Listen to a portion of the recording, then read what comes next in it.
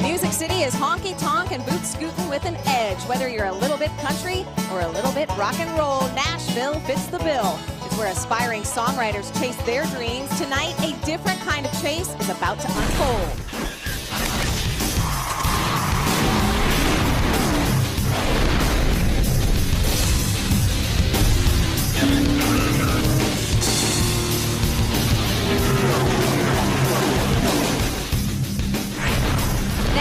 Singer Colin Ray, we have Colin Brown. It's not Tim McGraw, but Timothy Peters. And who needs Travis Tritt when you have Travis Quapple? They are trying to reach superstar status. Mike Skinner is trying to catch the Truck Series shooting star.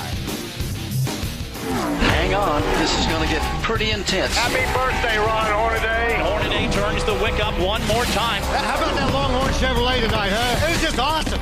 Hornaday will set a record, 4 in a row. Country superstars call Ryman Auditorium the ultimate stage, but 35 miles east sits an arena where some other pretty spectacular performances are about to take place. Now, inclement weather has started to move in, dark clouds overhead. What is that country song Garth Brooks sings? The thunder rolls, right? Well, we hope the thunder rolls right on out of here. Crank up the volume. You are about to be set up.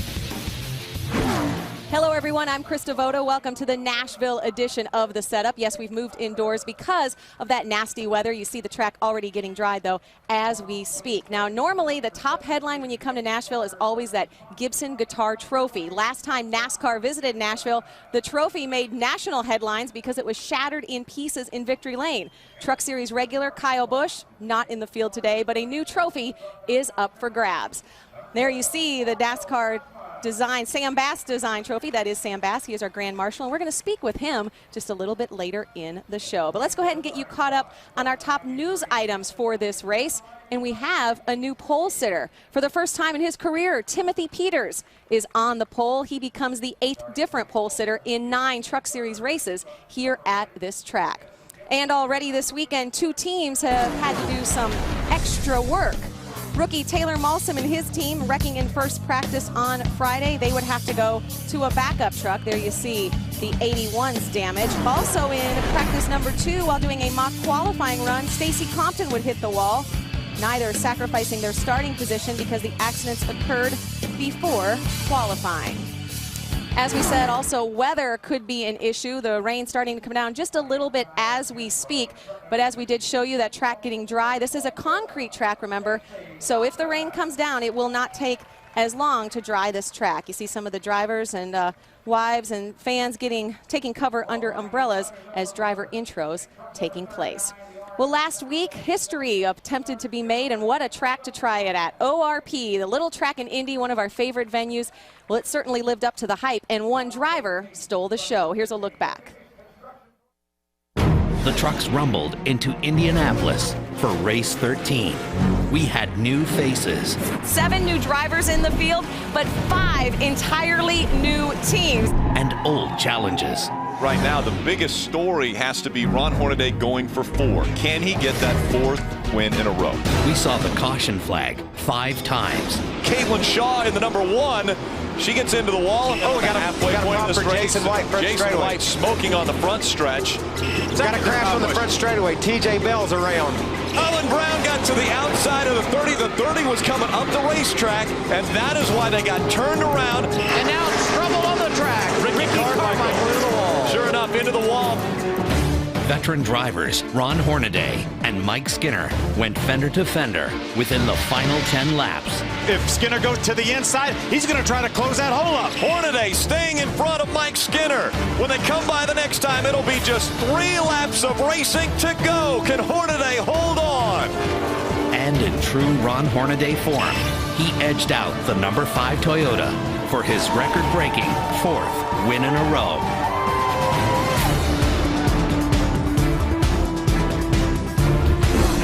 And this is historical right here. We have never seen this kind of lead at this point in the season. 174-point cushion. The battle for fifth, pretty intense. Starr and Scott separated by just 8 points. But up top, the new question is who is going to challenge Hornaday? Second and third switch positions this week. Skinner is on a charge while Crafton is losing steam. Matt Crafton struggling here as of late. Matt Crafton tying his worst finish of the 2009 season. I made the mistake. I mean, I got big shoulders, and I hate it for the team. Here comes Skinner once again. Guess who moves into second in the points battle? Mike Skinner. Skinner to second and Matt Crafton to third. Back-to-back runner-up finishes for Mike Skinner has him second in the standings, but starting 15th here tonight. So how do you manage this race and get to the front? Well, I got my PC Miler Navigator on the dash of my Tundra, and hopefully it does like the commercials, you know, we're weave in and out of traffic and get back up toward the front. But we got a good Toyota. Kind of messed up qualifying, a little bit too free, but it ought to race good. The good news for driver 5, 4 of the last 5 races here at Nashville, Ray, have been run from a starting position outside the top 10. And Adam, of course, for Matt Crafton, he got a 16th at Milwaukee and a 16th last week at ORP, and that didn't help in the points. So how do you guys rebound? We just got to keep doing what we were doing at the beginning of the year. I mean, we had that real good streak there for the first third, then we had them 2 16th place finishes. I mean, you never wish anybody bad luck, but you got to assume the Hornaday will have bad luck eventually. But I mean, our Menard Chevy's pretty good, so I'm happy to be here. I mean, usually not a great place for me, but we'll be all right. All right, he's got to go to driver intros real quick. And, of course, 2009, Krista, the best season so far for Matt Crafton. Real quick indeed. Thanks, Ray. He raced right out of there. Here's a look at what the top 3 have done this year. It's real easy to see. Bonus points have been the difference. Those 5 wins for Hornaday have given him 80 bonus points compared to 35 and 25 for the other 2.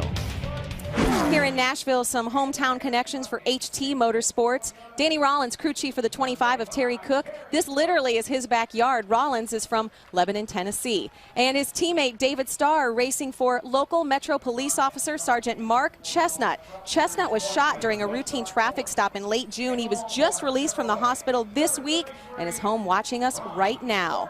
Of course, this is Nashville. That means country stars are probably watching us too. And check out this. Look at the resourcefulness of Ron Hornaday as he walked out for driver intros. Not only the umbrella, keeping his driving shoes nice and dry with the homemade galoshes. Very nice indeed. More of the setup here from Nashville. When we return, we are just getting warmed up. Still to come from Nashville, Ron Hornaday talks about becoming the first driver in Truck Series history to win 4 races in a row. Just everybody standing on their feet when I did that victory lap, and just that was cool. That was really cool. And see who's picking in victory lane when the setup returns, only on Speed.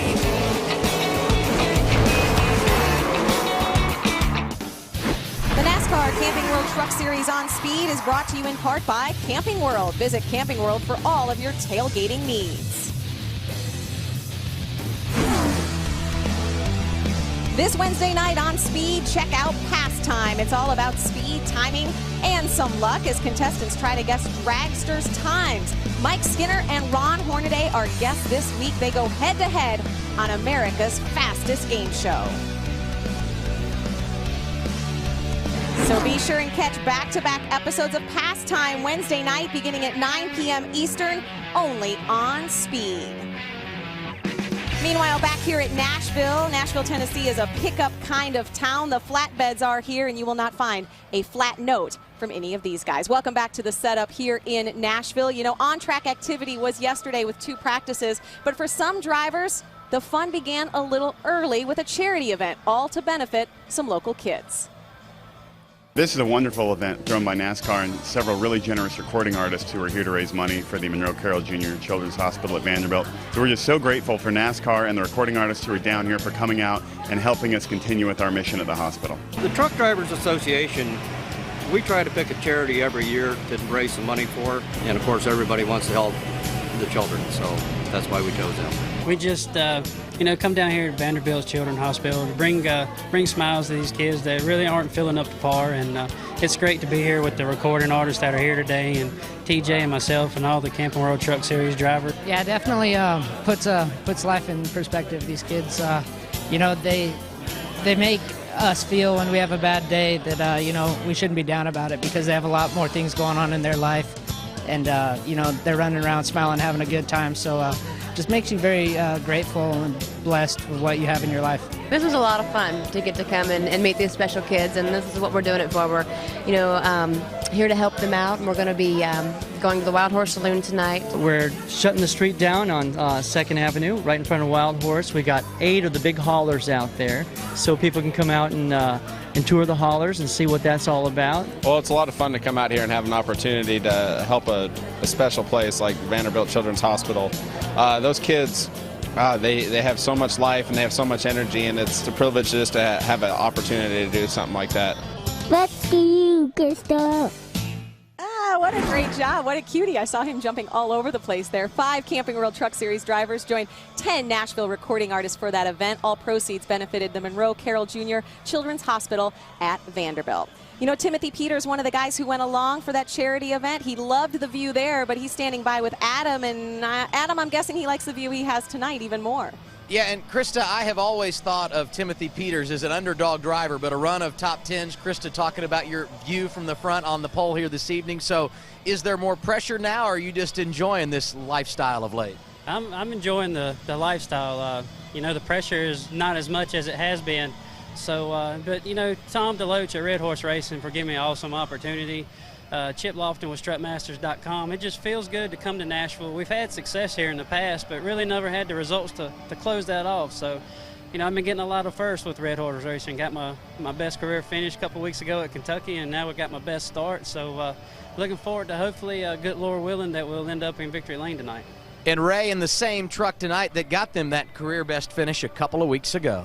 And Adam, the guy that'll start right alongside him, has a great truck tonight, too. Colin Brown used this very same chassis to win at Michigan, and this track has been very good for Roush Fenway Racing. You got to be pretty pumped up about the race tonight. Yeah, I think we are. We certainly have a good truck. It's the same truck we ran in Michigan, like you said, so we know it's a fast truck. We know it can win a race, so hopefully we can do it again tonight. Had a really good truck in practice. Everybody worked really hard on this number 6 Conway Freight True LTL Ford F-150 in practice. Made a lot of changes. Started off pretty much on the tight side and got it freed up throughout the whole day in practice. So now that it's rained, I guess we'll be back to square one, but we'll see. All right, a loose truck is a fast truck here at Nashville. Colin Brown rolls off second. All right, thanks, Ray. Joining us now, one of our favorites here in the Truck Series, NASCAR on Fox and speed analyst Darrell Waltrip. And Darrell, this is your home, nearby. You just drove right on in to watch this truck race with the rest of us. I really did. I love coming over here. It's always exciting. And you know, Timothy Peters, I don't know if he knows this or not, but that 17, yep. There's a lot of pride and a lot of heritage that goes along with carrying that number, and he's doing it proud tonight. So congratulations on the pole, my man. That's right. David Ruderman won here in that 17 truck in 05. So we've been talking a lot, Darrell, about 4 in a row. Ron Hornaday, you did that in 81. Yours was a little different in the Cup Series. You did all 4 from the pole. Yeah, well, we just same thing with Ron right now. What Ron Hornaday is doing in the Truck Series, Krista, is like what legends are made of. You know, when you do things that nobody else has done, and won 4 in a row tonight, got a shot at making it 5. That's where the rub is. Several of us have done 4 in a row, but nobody's ever done 5. So not in the Truck Series. So it'd be interesting to see if he could pull that off. But he's got everything going his way. He's got the right team.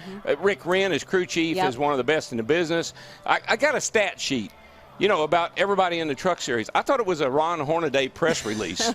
every stat, everything, every way that you can lead, every area, that's where Ron Hornaday was, and he's taking advantage of it. He's a veteran driver, and he's capitalizing on having everything right. Well, he's dominating here in the Truck Series like the other old guy, I guess, if you will, Mark Martin is doing in the Cup Series. What is it about these 50-year-olds? Well, I don't know. You know, think about Tom Watson. I mean, he almost won a golf tournament the other day. And you know, it's a great time for the older drivers, you know.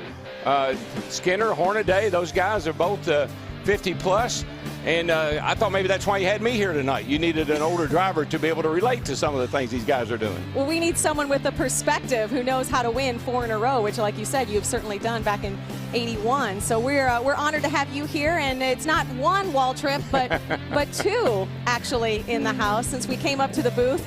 You see there the numbers for Mark Martin and Ron Hornaday. Of course, we came up here because the weather's still a little nasty outside. But as we mentioned, not one Waltrip, we get 2 for the price of 1. Mikey is standing by as well. We've got Michael, we've got Daryl, we've got Phil. Rick, I took his headset, so Rick is here. Oh, Rick's over there pouting. Look at him. Oh, why can't I get in? He's tweeting. No, he's doing all of his stats for the race tonight.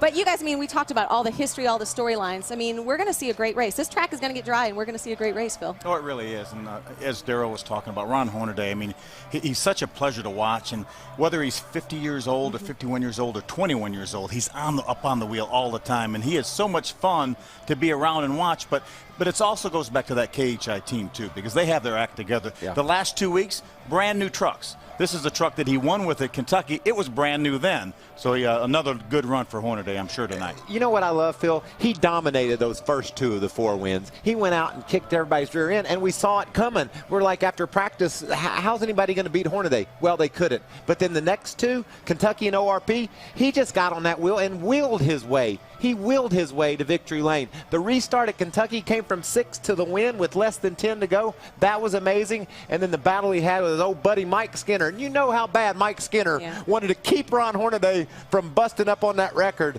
And then he just couldn't do it. That's how good Ron is. See, the other thing I think is interesting is the different racetracks. I mean, you know, you got a half-mile racetrack ORP. You had the mile and a half at Kentucky. Here you are on a concrete 1.25 mile racetrack. All different racetracks, but he still prevails.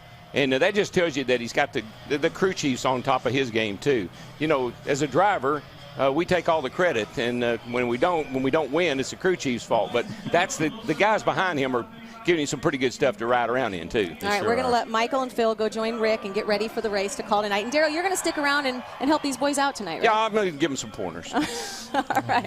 Well, we'll see if Ron Hornaday can make it 5 in a row. You know, he has to have the perfect rhythm, and rhythm is something you certainly have to have when a guitar is on the line. This is the biggest trophy and one of the biggest trophies in NASCAR races, so I'm pretty proud to have it. I've been waiting for this guitar. I've wanted one of these guitars forever. I mean, I've been trying for 15 years to get this guitar. I have no idea, but maybe I'll learn. Awesome to win a guitar.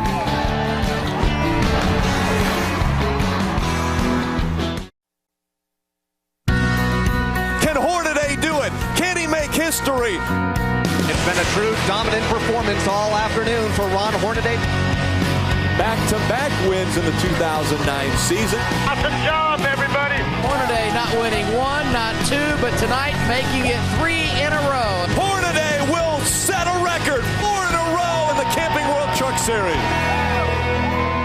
That team has been the Titans of the series. Former Tennessee Titan Frank Wycheck is on hand. He will wave the green flag in just under 30 minutes.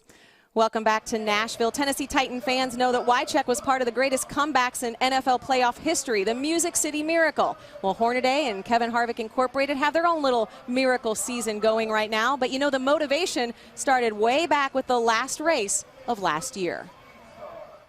In 2008, the quest for the title came down to Homestead, with only 3 points separating Johnny Benson from Ron Hornaday.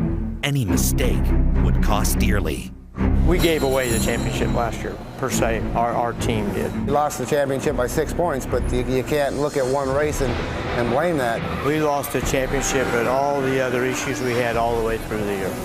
Just the Homestead's the one that everybody remembers because it's the last race of the year. It's Mike Skinner, and yes, the caution now has come out. At the right front tire, I wouldn't be surprised to see a bunch of people pit right now. Could come down to a pit stop. We had a radio problem come down to Homestead, and when we should have stayed out, we pitted. Johnny Benson stays on the racetrack, is that right? Johnny Benson stayed on the track. Now will Ron put 2 tires on to make sure he gets out right behind Johnny Benson? Because right now, Johnny Benson is leading this championship. When I realized Benson stayed out, I should go right straight down pit road. Hey guys, a lot of guys beat out Hornaday. When he stayed for 4 tires, looks like maybe 5 trucks beat him out. So we're going to have some trucks in between Hornaday and Benson. He ended up winning the race by 1 position. What a race! What a finish! Hornaday came within a bumper of Johnny Benson and a championship. That didn't set real well with me, so I took it kind of personal. Today, KHI celebrates a record 4th win in a row with a modest lunch. High above them sits a motto adopted to help the team retain that same humility. Pretty good saying right there, because everybody in the shop, that's what they believe right there. You know, I hate to lose more than I love to win. And that's a perfect motto in this sport. The taste of losing it doesn't taste very good. This winter, Hornaday and I sat down and we had a long discussion about who to race, when to race them. I went to work harder on our aero package, on our shock package, on our suspension package, on the tire data. We're working harder. We're working smarter. When we get to the racetrack, we want to be the first ones unloaded. We want to be the first ones to tech. We want to have the pit box set up first. Everything we do, it's a race to us. Everybody thrives on it. Absolutely flawless, bottom, top, wherever he goes, with lap traffic or by himself. Ron Hornaday has been the dominant driver. Perfection in racing. It's hard to come by, but the 33 team has tried to do just that, collecting 4 poles and 5 wins in just 13 races. I don't know if you could ever have anything flawless because there's always something you could do to make it better because I don't think you could ever make anything perfect. It's easy to feel that you're invincible, but what you have to realize in this sport, you can be to the bottom of the heap really quick. I got a lot of young guys on my team, and I don't want them to ever take for granted that we're going to go to the racetrack and be at the top of the leaderboard. It is not that easy. We've worked enough together where I can read them and they can read me, and they can read it in my face, and they know we're not that good or they know we are real good. Hornaday trying to hold on. Here comes Skinner once again. The feeling I had this weekend was like winning the championship in 07. It's just like a drug. You get the chills, cold chill, heart racing. They're side by side coming to the checkered flag. And we work every week to try to get that next win. And that satisfies you for that weekend. To the outside, Hornaday will set a record, 4 in a row. At midnight, it starts all over. Here are some of the numbers there in white. Those are KHI's numbers overall. You see in yellow beneath it, Hornaday. Hornaday obviously dominating, doing almost nearly everything for KHI. And Adam Alexander is standing by with their man. I think you and I would both agree, Krista, the word that best describes Ron Hornaday in 2009 is domination. You've done it all. 4 consecutive wins, so how much fun are you having on this current streak? I haven't done it all. I haven't won a guitar here at Nashville yet, but got a buddy who would always give me a guitar at Milwaukee, and I took him out of my trophy room now, so I need to win this one to get one back in my trophy room. But we've got one for the pole there at Kansas, Kentucky, so we'll try for this one. And speaking of the trophy, the man who designed it, with Ray Dunlap. Well, it's quiet in victory lane right now, but later tonight there'll be a lot of action here, and they'll be giving away this incredible Sam Bass designed trophy here at Nashville. Grand Marshal tonight, Sam Bass. How's that feel? Man, I tell you, it's such an honor. I love working with the folks here at Nashville Super Speedway, and to be a part of this, give away the guitar tonight, and be the Grand Marshal and give the command to start the engines. I'd be lying if I didn't say I was a little bit nervous about it, but I'm having a ball. It's great fun. Really fun to have Sam Bass here, Krista, and for over 25 years he's been doing great artwork in NASCAR. Thanks, Ray. This year's design was unveiled this week at the Country Music Hall of Fame. Pre-race festivities already underway. Who will take Sam's design home with him tonight? We are a few riffs closer to the answer, and he stuck the landing. The setup gets wrapped up right after this.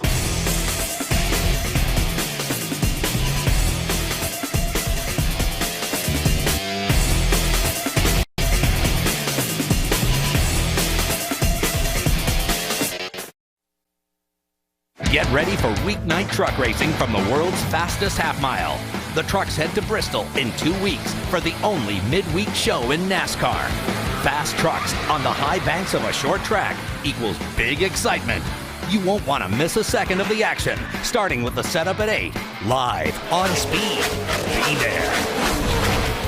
Next up for us, it's a biggie, Bristol Motor Speedway. Remember, the truck race is Wednesday night. Yes, a midweek special, August 19th. Meanwhile, plenty of NASCAR on your plate tomorrow. NASCAR race day here on Speed, 11 a.m., followed by Cup Series racing from Pocono.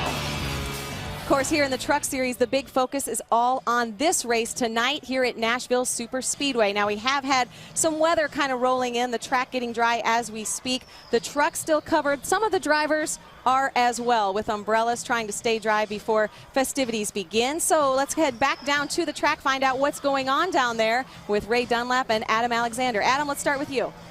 And Krista, a couple of hours ago in the drivers' meeting, NASCAR announced there will be a competition caution at lap 35 in tonight's race. And the reason why, actually, a couple of reasons. One, we've had this weather that is pushed through that's washing all the rubber that existed off the racetrack, making it very green. In addition to that, typically the ARCA REMAX series is here on this race weekend with the trucks. They're not in 2009, so no additional rubber has been put into this racetrack outside of what the trucks did yesterday in practice. And then the biggest factor, concrete, is what the facility is made of here at Nashville. That's very abrasive, so it's been hard on tires. NASCAR throws out the competition caution. They can evaluate the situation with Goodyear and the teams and find out how to proceed from there. Ray? And Adam, what we'll find out at that lap 35 caution is whether or not the folks up in the NASCAR control booth are going to give the teams an extra set of right side tires. We did have some trouble with cording yesterday, and this track is going to be very green because of the rain that we've had here recently. So at lap 35, the guys can come in pit, they can put on tires, they can get some fuel for the first time in the race, and then we'll find out whether or not they're going to get some extra tires. But we're just about ready to get things underway here at Nashville, so let's go back trackside for our pre-race ceremonies. Ladies and gentlemen, please join us in welcoming the colors of our country, presented by the Nashville Recruiting Battalion of the United States Army. We ask now that you please stand and join us in our invocation and remain standing for our national anthem. Our invocation tonight, given by Colonel Brinson P. Bishop of the 332nd Medical Brigade. Let's pray. Wonderful God, we give thanks for our freedom. We pray that you be with all those men and women in uniform around the world who stand on freedom's wall to protect us so we can enjoy the liberties and privilege to assemble here and celebrate this race and its teams. May what we do here today honor their sacrifices. Now we pray to protect these drivers and all who gather here to be safe. May the drivers be fearless. May the pit crews be flawless. May the track be fast and the road be clear. Now bless this race, bless these drivers and participants, and as always, God bless America. Amen. And now, ladies and gentlemen, for our national anthem, presented by the finalists of the CMT television show, Can You Duet? JB Rocket and Steel Magnolia. Oh, say, can you see by the dawn's early light what so proudly we hailed at the twilight's last gleaming, whose broad stripes and bright stars through the perilous fight, oh, the ramparts we watched were so gallantly streaming, and the rockets red glare, the bombs bursting in air, gave proof through the night that our flag was still there. Oh, say does that star-spangled banner yet wave? Oh, the land of the free and the home of the brave.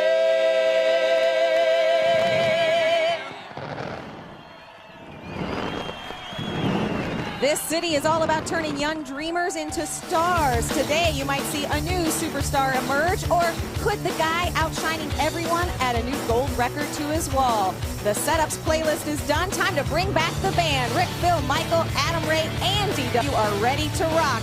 It's a Toyota Tundra on speed, and you'll see it next.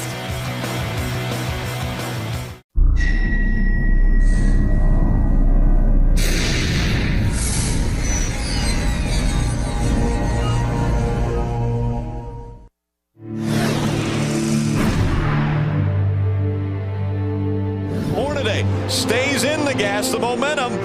Can he hold on one more time? across the start-finish line, your leader.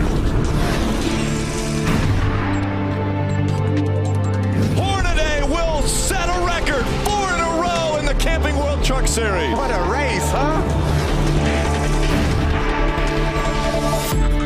If I'm going to restart this race, I want Ron Hornaday in my truck. He's one of the greatest we've ever had on restarts. Absolutely flawless, bottom, top, wherever he goes, with lap traffic or by himself. Ron Hornaday has been the dominant driver.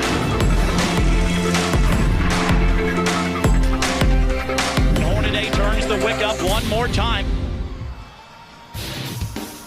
Welcome to the NASCAR Camping World Truck Series Toyota Tundra 200 on speed.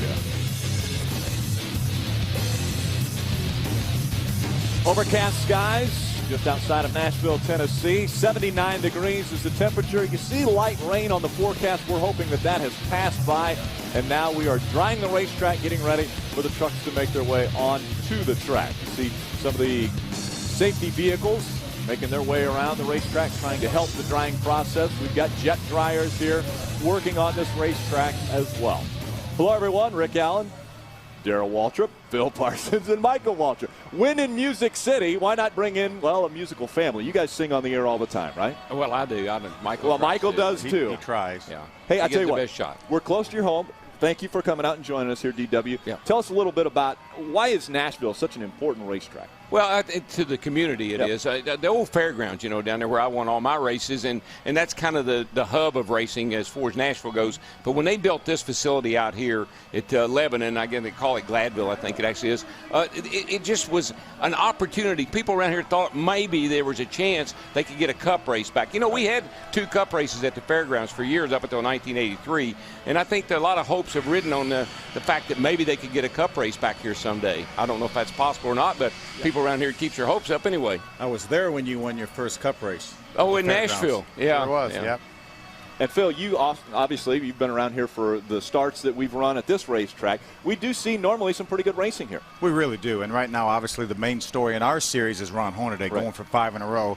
And Darrell, we talked about during the pre-race show how hard it is to win 4 in a row, much less 5 in a row. But Ron Hornaday is in some uncharted territory here in the Camping World Truck Series. But he dominated several of those wins, but last week, as we saw the video, a terrific win, and really probably in substandard equipment because Mike Skinner had better tires than he did. Right. But an unbelievable job by Ron Hornaday each and every week and his entire team. But I tell you, he's going to be tough to beat tonight as well. I would not bet against him. I said that last week. I would not bet against Ron Hornaday right now. Well, I talked to Darrell a little bit about his 4-race streak when he won. He won, and he wasn't thinking, am I going to win again? He was thinking, I can't get beat. I can't let these people beat me. And I guarantee you that's the mindset you have to have. It isn't about setting records. It isn't about going out and saying, I'm going to win another one. It's about, I'm just not going to let them cats beat me. Right. I'm on a roll, and I'm going to stay on this roll.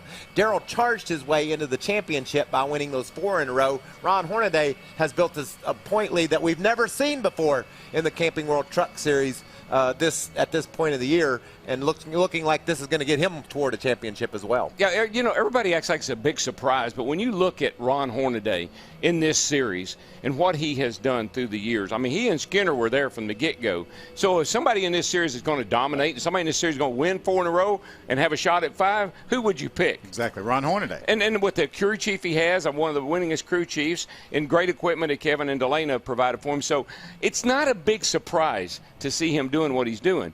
I know it's a lot of headaches to everybody else because there may not be any end in sight for this team because they're that good. Well, and obviously Ron Hornaday, a veteran, has had so much success, but we've also had some first-time winners in the series this year, one of them standing by with Adam Alexander. Exactly, Rick. We're talking about Brian Scott. There are 3 concrete tracks on NASCAR Camping World Truck Series schedule, and the first being Dover. You won there and trying to go 2 for 2 here tonight and starting 3rd. So how do you assess tonight's situation? I'm very optimistic about our chances tonight in the Toyota Tundra 200. If you're a superstitious man, you got to think that we got a pretty good opportunity. A lot of things are playing out the same way as they did at Dover, from qualifying 3rd to Brad Keselowski winning the same day to our pit stall being the one right before the opening to victory lane to the rain. I mean, everything's the same. We have a really good truck. We have the same truck. There's a lot of good signs. I mean, if you believe in superstition, which it's hard not to, being a racer, you got to think we have a pretty realistic chance at it tonight. The win for you, no flash in the pan. You've backed it up with a lot of success since then. How is your confidence level and overall the feeling for your team? I'm very confident in our team. We have a tremendous team. We've got a great crew chief, Jeff Hensley. You know, he's come really close to winning here a couple times too, and I'd love to be the one to seal the deal for him. But you know, we got great pit stops, we got great trucks, we unload well, we spend the time in the areas that are important in our research and development, and we get better each week, and that's what you got to do to be able to dethrone these guys like Ron Hornaday and Colin Brown and all the guys that are running good, Mike Skinner. You know, everybody's running good, and you can't ever rest or ever think that you're good enough. You got to keep working on it, and our guys have kept their heads down, and they work their tails off, and we keep bringing stuff to the racetrack that's better and better and better. Good luck tonight. Thank you. Brian Scott, not a sleeper anymore, Ray. And Adam, I want to talk to Mike Skinner, because when we look at the stats at this racetrack, you've had a dominant truck in 3 of the last 4 races, but haven't got the win. So what's the difference going to be tonight, Mike? I don't know. I got my PC Miler navigation system in this Tundra. Maybe that'll help me out tonight a little bit. But, you know, we've had this race won a couple of times, and that old yellow flag come out and got us a couple of times. So it is what it is. You just got to be in the right place at the right time. We qualified really good in those races. We qualified really, really bad tonight. This old Nashville Super Speedway is almost dry. I think we're going to get her going here in just a little bit. You know, Mike, one of the things I love about this series is the tire limit. That gives you guys a lot of strategy to think through, but a very green racetrack. So have you and Eric Phillips discussed your strategy on tires? Yeah, we corded both right side tires pretty bad yesterday, and you know what happens is it plays into the strategy of the guys in the back more than it is the guys that's running faster speeds, because they're not wearing as much tire as we are. But you know, it is what it is. NASCAR gave us 2 more right sides. We're going to have a competition yellow on lap 35. It'll give the crew chiefs and Goodyear and NASCAR time to evaluate the situation. If they have to give us more tires, I just have to give us more tires. Okay, we wish you good luck tonight. And guys, remember, they did all their practicing here in the heat of the day. It's going to be cooler tonight, which means these trucks may be even going faster. Well, that's what we would expect here at Music City, USA. Go fast. They're racing for a Sam Bass designed Gibson Les Paul guitar. So they're definitely going to want to get to start-finish line first. We'll be right back. The NASCAR Camping World Truck Series on Speed is presented to you by Toyota. The latest Toyota racing information, visit toyotaracing.com. Toyota, moving forward. And by Camping World. Visit campingworld.com for all your tailgating needs. Doing an excellent job of getting this track dry. Not a lot of rain fell. It was very light, but it was enough that obviously they couldn't get the trucks out there to race, so they're going to dry the surface, and they're getting close. I think we're probably just maybe 10-15 minutes away. So that's a good thing about concrete, Rick. The water doesn't go down in it like it does asphalt. It's not porous. Kind of runs off the top of it. Concrete's much harder than asphalt. I don't know if You're doing a great job. You should be like a professor or something. No, wait a minute. While I've got you here. I'll tell you one thing, though. Daryl's trying to help you, Rick. Oh. He's explaining to you how it works. He's explaining. You follow along. I do. Hey, take an eraser and rub it on a piece of concrete, and then take an eraser and rub it on a piece of asphalt, and you'll see the difference. Now you know what my life's been like. Well, your whole life. Hey, I tell you what, it's not very often that we get an opportunity like this to have you guys up here, but one of the things I think that also is not very often we have an opportunity to see someone win 5 races in a row in NASCAR. And the last time it's been done, Phil? 1971. And it was done by Richard Petty in 1971. And ironically, Bobby Allison also won 5 in a row that same year, and they did that within a 14-race stretch where each of them won 5 in a row. Really amazing. And I mean, if we see Ron Hornaday accomplish that tonight, I mean, does that elevate his status in NASCAR? Well, you think about it, when they did that, they probably raced 60 races that year, and that was before what they call the modern era. Once the schedule has been streamlined down to the way it is now, and in the Truck Series it's even less than in the Cup, I mean, that's a phenomenal feat to be able to accomplish that in any series, but in this series particularly because you have such great competition. Oh, yeah. It's pretty even in this sport. You know what I like? These trucks don't break down. We have short sprint races, so your competition is all going to be right there, nipping at your heels all race long. You know, back in 71, and even, Darryl, a little bit in 81 when you won your 4 in a row, things broke. You know, guys that maybe could have beat you on a given day might fall out. You don't see that in the Truck Series. Here's the other thing, Michael. Think about the pit strategy. I mean, that's all different this year. It's, you know, you got to take tires, you got to take fuel. And so you have to have different racetracks he's won on, different disciplines. Then you got to be able to call the right calls in the pits. Then you got to have Lady Luck on your side. And so far, 4 races in a row, they've had all that going for them. And hold somebody off that has better tires than you. Exactly. And who was sideways coming to get you. He wanted it bad. Yeah, and those two guys we talked about, obviously, veterans in the field of NASCAR and stock car racing. We've got an Iron Man, obviously, in the truck series, has the most starts in this series, and he is standing by with Adam Alexander. And Terry Cook not standing anymore, climbing into the truck, which is a good sign after a rainy evening, and starting 5th. So you got to be confident because this is a track where your team has had good success over the years. It has. You know, we got to thank everybody that helps us out. Cajun Industries, Harris Trucking. Our Toyota Tundra has been pretty good since we unloaded. A little loose in qualifying, which I think is a good thing for tonight's concrete race. But Adam, like everybody else, we're really concerned with the tires and spent a lot of time this morning talking to the Goodyear engineers. What we as a team can do air pressure wise, inter-air pressure wise, things that we can do to help the tire wear. And they give us a few ideas, and we're concerned with it. We were recording right side tires in 20 laps yesterday in practice, so it's going to be our biggest concern today. Let's talk about 2009 for HT Motorsports. Jim Harris, normally a guy that runs one team, 2 this year. You and David both in the top 10 in points. How good does it feel to bring Jim to the top in the sport? Well, it feels really good. You know, Jim and Sherry Harris both have been a long-time contributors to the truck series, and you know we've got 2 solid teams, myself and David Starr, but we're looking for that first win. And nothing would make me happier than to meet Jim in Victory Lane and be able to hand him a guitar tonight would be cool. And I promise I will not break it. I promise I'll do it, but hand it to him gently. But like to thank everybody again that helps us out, and send a special get well thank you to Mark Chambers out there, Mark Chestnut. Friend of ours that works in the Tennessee Highway State Patrol that went through some injuries here a couple weeks ago, and he's doing well. Terry Cook starting in the top 10 tonight, as is his teammate, Ray. And I'll tell you what, Adam, if Rick Crawford is going to make his way to the front and get a win tonight, he's going to have to do it from way in the back. And I heard a rumor that you had the world's strongest redneck here to help show you how to shift the truck. I got Steve right here. If it won't shift, he's going to pull it on back because he's the world's strongest redneck. We're here having some fun. All I need is my guitar at the end. You're going to hear me playing some country music. We're in Music City. So the International Truck and Engine 4 is going to be going to the front tonight from the back of the field. It's going to shift good because we done had it in the garage, and that was our penalty to go to the back of the field. So we'll have to put on a great show tonight for NASCAR Camping World Truck Series. So everybody stay tuned to speed. Your thoughts about the racetrack tonight? It's going to be very green, and we've been talking about tires, and I'm sure you and Cowboy have had a conversation about your strategy. I don't know if it's going to be that green, Ray. We hadn't had any hard rain. We just had some drizzle, so and the dryers out there heats the surface up for us, so we'll be in good shape. Okay, if there's anything wrong with the transmission, Steve can just reach in there and grab it and pull it right out of the truck for him. Do you notice Steve's arm is bigger than Ray's head, by the way? No way. Yeah, and I mean, Ray's probably got a pretty good-sized head. That's what I was But that's thinking. a big arm. We're hearing the engines are going to fire when we come back, so stick with us here at Nashville Super Speedway. We'll fire them up next.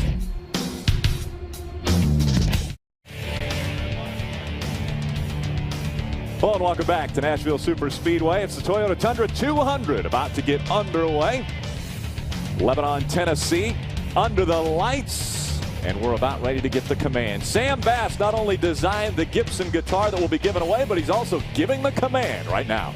Now, ladies and gentlemen, for the words we've been waiting for, please welcome Sam Bass.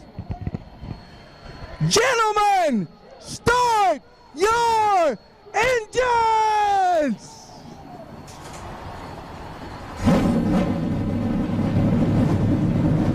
Enthusiasm with the command, and then a delicate hand with the design on the guitar. They're strapped in. The engines are fired up. We're ready to go racing from Nashville Super Speedway.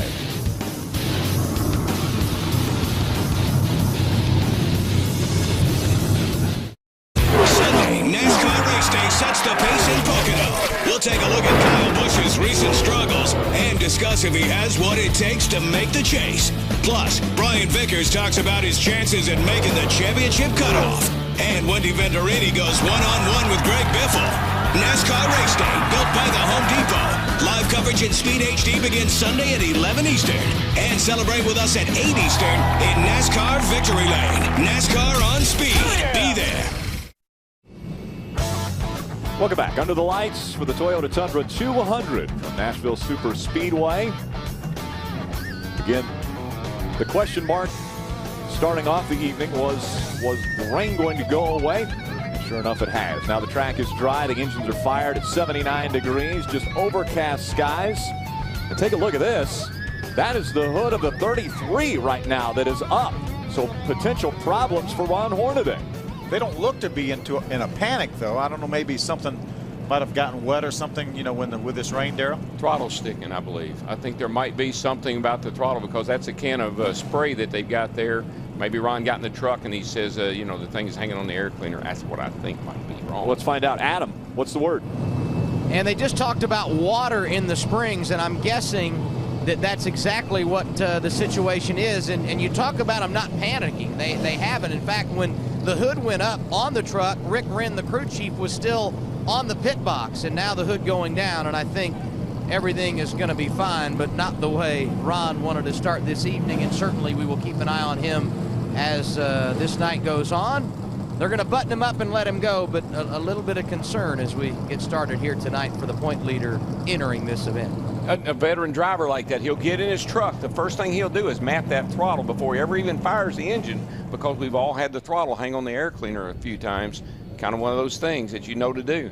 They're starting to roll off pit road. We'll see the starting grid on the bottom of the screen. It will roll across the bottom. You'll see Timothy Peters' name there. That's his first career pole in the Truck Series. Colin Brown will start on the outside of him. We want to take a look at our Z-Max track description, this 1 1/3 concrete raceway. This thing, it's a super speedway, long straightaways, but these corners, they're deceivingly tight. You know, you go flying down in the corner with one of these trucks and you think, I can carry it on down in there, but your truck will want to push. Talked to a couple guys down in the garage area earlier, and that's what everybody's fighting. Tight in the center. We've got some good banking, 14 degrees in the corners, but a whole lot of straightaway speed to get you into those corners. And easy to overdrive these corners. But you know something that's interesting about a concrete track at night?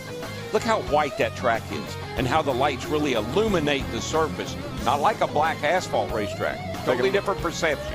Looking at our Royal Purple synthetic oil race analysis, 34 trucks will start 200 miles, 150 laps. Yeah, the pit window between 62 and 72 laps. So we know we're going to have a competition caution at around lap 35. So if they do that, then everybody can make it on one more pit stop, and that's part of the reason that competition caution will come at lap 35. Under the lights, we want to shine a little brighter light on a few different drivers, and our speed spotlight will start off. Ray Dunlap, you're taking a look at Tommy Joe Martins. Yeah, absolutely, Rick. You know, he comes from Missouri, and I was wondering why does he race in the Nashville area on a weekly basis. That's because he said some of the best late model racing in all of the country happens right around here. And tomorrow he'll compete in the ASA Challenge Series over at the old fairgrounds track that DW was talking about. Tommy Joe's only 22, but he really loves his truck racing, making his second start tonight. He's driving a chassis that they purchased from Roush Fenway Racing. Adam? And typically in that Ford truck, we see Ricky Carmichael behind the wheel, but his stint throughout the summer is over. He'll return in the fall. The guy behind the wheel tonight, J.R. Fitzpatrick, great qualifying run for him. He starts 8th. The last time he was behind the wheel of this truck, Michigan, just over a month ago. He said he is confident about how it is running, and this a machine that finished in the top 5 earlier this season with Kevin Harvick, his owner, behind the wheel. Bill? Adam, I want to take a look at this Mikasuki Toyota, and that is not Kyle Busch, even though that's the truck he normally drives. He was busy finishing second today in Iowa in the Nationwide race. And his normal sub, Brian Eichler, was also in Iowa for the Nationwide race. But we've got Travis Kvapil, 2003 champion in the Camping World Truck Series, and the only former winner here at the Nashville Super Speedway in the race. Travis said this is just a one-shot deal, just trying to help these guys out because of that Nationwide race in Iowa, and Travis Kvapil will start from the 11th position. Real quickly, just take a look at that low air pressure in those left side tires. Look like maybe 10 pounds, about it. There's my guy, Blake Fees, in the number 15 Phoenix Construction Toyota for James Finch. In 2005, Blake made his NASCAR debut driving for Hendrick Motorsports. Check this out, though, guys. He won here in an ARCA car in 2004. That truck has had 3 straight top 5 finishes. Maybe he could get him another trophy here tonight.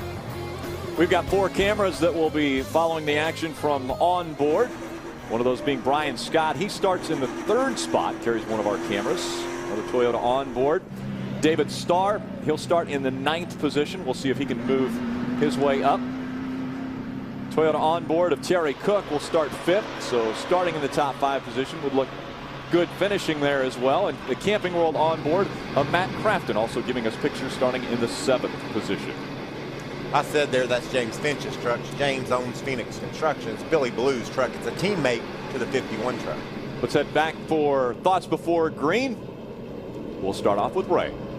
Well, thank you, Rick. You know, when we look at the former winners in this field, it's, as Phil said, Travis Quapple, the only guy out there. But there's a lot of good trucks in the race tonight, and trucks that have already won races. That's easy for me to say. Already won races so far in 2009. When you look at that list of those guys, a lot of them with very, very good equipment and very good runs here at Nashville, but the rest of them, other than Travis Quapple, have not won here at Nashville. When you look at that list, you see that Kyle Busch has won 2 of those races this season in the 51.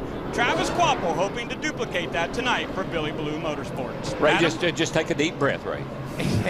Indeed. I'll take a deep breath before I go as well, Darrell. You know, you talk about success at intermediate tracks, and you have to voice guys like Todd Bodine, Ron Hornaday, and Mike Skinner. But as we pointed out, none of those 3 have won here at Nashville, despite the fact they've been incredibly successful. Between them, you've got 13 starts. They've got a number of top 10s, and each has led combined over 300 laps. But victory lane, something they could not put on their racing resume. They would love to do it here tonight. And just a follow-up on Ron Hornaday, it was a throttle that was sticking just a bit. They think they've got it where it needs to be as we get set to go green. DW, it's been a couple of weeks. What do you got? I got it, buddy. I got it. Coming to the green. Boogity, boogity, boogity! All right, everybody, let's go racing, boys! How'd I do? I liked it. I thought it was very good. Oh, great. I've been sort of missing it. Timothy Peters. Yep, jumps out front as they go down the back stretch. And these guys took you seriously too, Darrell. You can see 2 and 3 wide off turn 2, sorting it out down to single file for the most part in 3 and 4. As Rick Crawford said, we didn't get a whole lot of rain, just enough to get the track damp, so I don't think we really washed much of the rubber off there. Hornaday wasting no time, moves up to second by Colin Brown. Now he sets his sights on young Timothy Peters. Boy, battle right there, the 25 and the 16. Terry Cook's going to try to get by that 16 of Brian Scott to take over 4th. Feels good to see that 17 truck out there leading a few laps. I like it. That's the first time Timothy Peters has led this season. So Timothy Peters with a great qualifying effort and now leading laps at Nashville. But we saw it coming, huh, Rick? This truck's just ever since he stepped over there and got in that truck, he's been strong, and it's no surprise to see that truck out front. You know, one of the things that the crew chiefs look at after final practice is the average lap time of all the laps you run, and that truck right there, number 17 with Timothy Peters, had the best average of anybody in the field in the final practice. Well, he's fixing to find out how good he is. The heat's on his tailgate.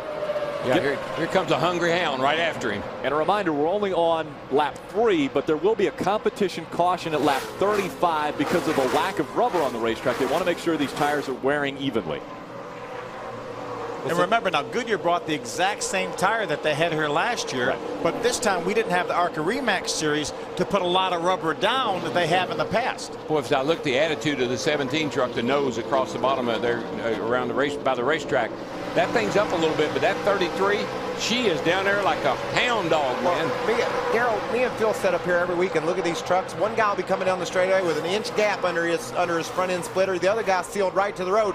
Both of them going the same speed. Doesn't seem to be. There seems to be 2 ways to get the job done here. Well, it's balance. If you've had the truck in the wind tunnel, perhaps, then you know what your balance is, and that nose being up a little bit sometimes doesn't really kill you. But if I'm going to have a preference, I'm going to have it down and dirty. It sure does look better down, don't it? You got it. Side-by-side racing. TJ Bell in the 11 on the inside. Here's some more side-by-side. Brian Scott and Colin Brown battling for the 4th spot. Yeah, Terry Cook has been able to get by the 6th of Colin Brown to take over that 3rd spot. Here comes Matt Crafton, the 88 Menard Chevrolet on the inside of Colin Brown. Historically, we've seen a little bit longer green flag run at the start of this race. That 16 truck's been doing a good job. Ever since he won Dover, he's really been doing a good job.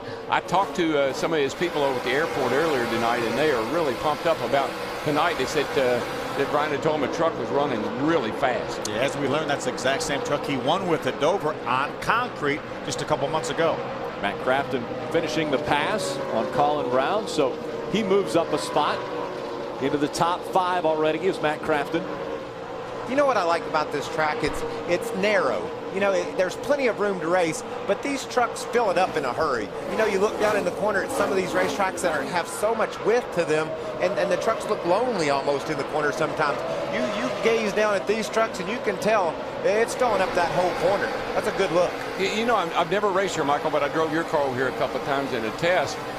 Turn 1 to me is really a difficult turn. The way you come up to the start-finish line, sweep out, and then really roll hard down into turn 1, you can really overdrive that first turn, it seems to me. Well, your front straightaway is so long. You get on the gas way back in the middle of 3 and 4, and you drive through this whole big dog leg. So you really got a head of steam up when you get down to turn 1. Strutmaster's Toyota Tundra of Timothy Peters has led every lap as we're on lap number 8. Adam Alexander, they feeling comfortable?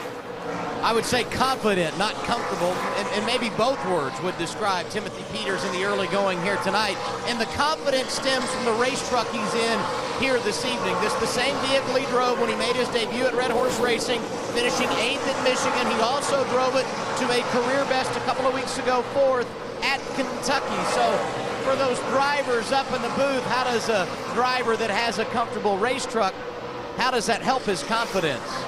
I think it just helps a great deal, the fact that he withstood that first charge from Ron Hornaday. Ron Hornaday jumped around Colin Brown into the 2nd spot, and he was on Timothy Peters. Timothy was probably a little nervous at that point, wondering what he had for Ron, and now he's been able to drive away from him. I'm saying he's not only really confident, he's also very comfortable right now, knowing he held that guy off. Well, every now and then you find a vehicle, whether it's a car or a truck, that you really are comfortable in.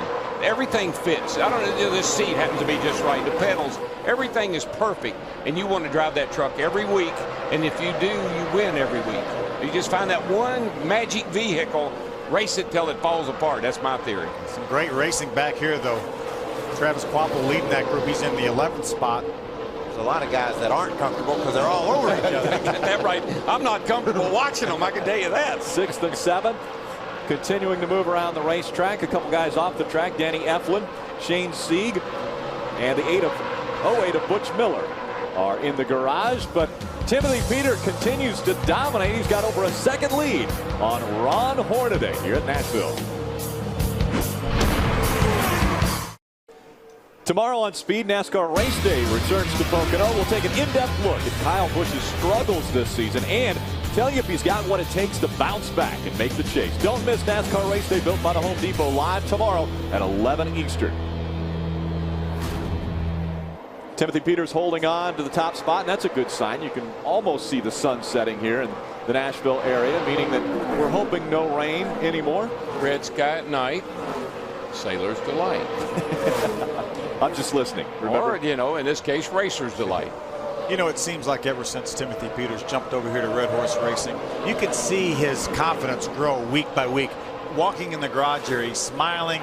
He knows that they have good equipment, and they're really doing a good job with it, and this could be a career night for Timothy Peters tonight. What I like about Timothy, he's never disappointed. You know, he's always gotten everything out of his truck he could get. He's always been right there contending, and now he gets an opportunity with a truck that is fast, and he's taking advantage of it. And that's fun to see when a young kid shows up. Just like Taylor Mossum, you know, at Kentucky a couple weeks ago. The job he did was amazing, and he's just a kid, and that's fun to watch. Brian Scott, another kid in the series with a win already this season. Ray, what's happening? Well, so far in the radio, so good. Brian's saying the truck feels really good. It's especially good on entry right now. He said just a little bit tight coming off. Jeff Hensley said they'll try to fix that with air pressure, but pretty happy so far here tonight at Nashville. 3 more trucks are off the racetrack. Nick Tucker, Ryan Matthews, and John Jackson have gone to the garage. You know, one thing we're at 20 laps here, coming up on 20 laps complete. If tire wear is an issue, it's right along now that you're going to start to feel it. So if I'm Timothy Peters, I'd be wondering about that.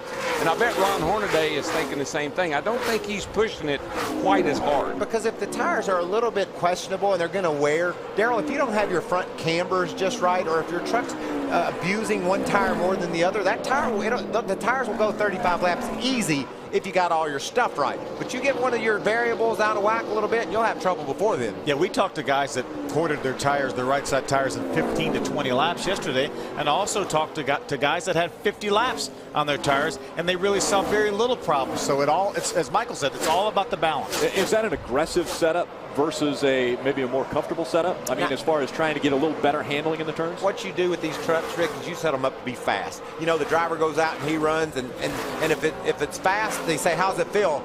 And he says it feels good. Yeah. Because it's fast, you know, and if it takes a shock package that holds the front down, or if you just put soft springs in it to keep the front down, whatever you have to do to get the balance that Phil spoke of, that's what you're looking for as a driver. We talked about the 81 of Taylor Malsom. Ray, what's going on with that team? Well, as we said earlier, Rick, they crashed their primary truck. Taylor didn't even have one lap onto the track, ran over something, blew a right front tire, and caused a lot of damage. And that was the truck that they had run so well with at Kentucky. They thought they had a shot to win that night, and very confident bringing that truck back here tonight. But the truck they ended up with is chassis 103, and it's another good truck out of Randy Moss Motorsports. Taylor came on the radio just a moment ago saying it's a little bit loose in, and that makes me tight in the center. Crew Chief Doug Wolcott said, thanks for the information. We'll work on it for you. Yeah, really what it does is when you're loose in, you kind of have to hold the wheel to the right a little bit, almost like you're spinning out. That makes you have to go from the right to the left to make the truck turn, and it confuses you as a driver. You say, well, I'm loose in, but I'm tight in the middle. Actually, you're catching the car, or the truck in this case, in the middle, and that's why you feel that way. Great battle right there. There's Todd Bodine and Colin Brown. That is the battle for 9th. David Starr right in front of this group runs in the 8th position. Well, we're on 24 laps, coming to 25, and everybody seems to be, lap times haven't fallen off, which tells me the tires are holding up pretty darn good. Hornaday has cut ever so slightly into that lead that Timothy Peters has put on him. It's just 9/10 of a second now that separate 1 and 2. Adam? Timothy Peters saying early, snug at both ends, but no major complaints. Chad Kendrick, the crew chief, said we will adjust with air pressure when we come to pit road in about 10 laps. You talked about Ron Hornaday, who is starting to gain some ground on the 17. Well, driver 33 said he's a little loose in, but no major complaints for him either. And we all know Ron Hornaday understands the balance of patience and aggression. It's not time for him to go just yet. And running in third, the most quiet of the drivers in the top 5 right now, talking about Terry Cook. He has said nothing on the radio, a good sign for his race team in the early portion of this race. I talked to Terry right before, actually right before the drivers meeting, and I said, how's that truck? He said it was really, really good last night in the final practice, and had a good qualifying effort as well, qualified up in the top 5. Yeah, those first 3 trucks are a good bit faster than Scott in the 4th place there in the 16 truck. He just ran a 31.52. Our leader ran a 30.9. So, and Hornaday's a 30.9 with Cook right there at a 30.31.1. So those first 3 trucks are a little better than everybody else right now. And right now, Brian Scott's got a few guys held up behind him. You see Terry Cook, clean track ahead of you. And that just helps your truck handle, Phil. If you've got a clean truck, get a clean track ahead, you're going to get more air on your truck. It's going to go through the corners better. Yeah, that's what a lot of the guys in the garage said. If we can just get out and get some clean air. I was talking to Todd Bodine, who right now runs in the 9th spot. He said, I think my truck would be really good in clean air. Well, this field is spread out now, but again, the competition caution at lap 35. That will bunch them all back together. We'll be back for more of the Toyota Tundra 200 after these messages.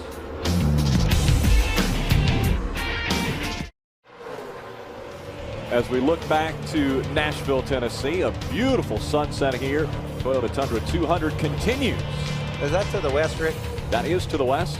Thank you, by the way. Most of the time. The sun always does normally set most of the time in the west. We are on lap 34. That's a battle for the lead. And a battle for the top spot. Look at this. Timothy Peters gets stuck behind Stacy Compton. And here comes Ron Hornaday back in front of this field.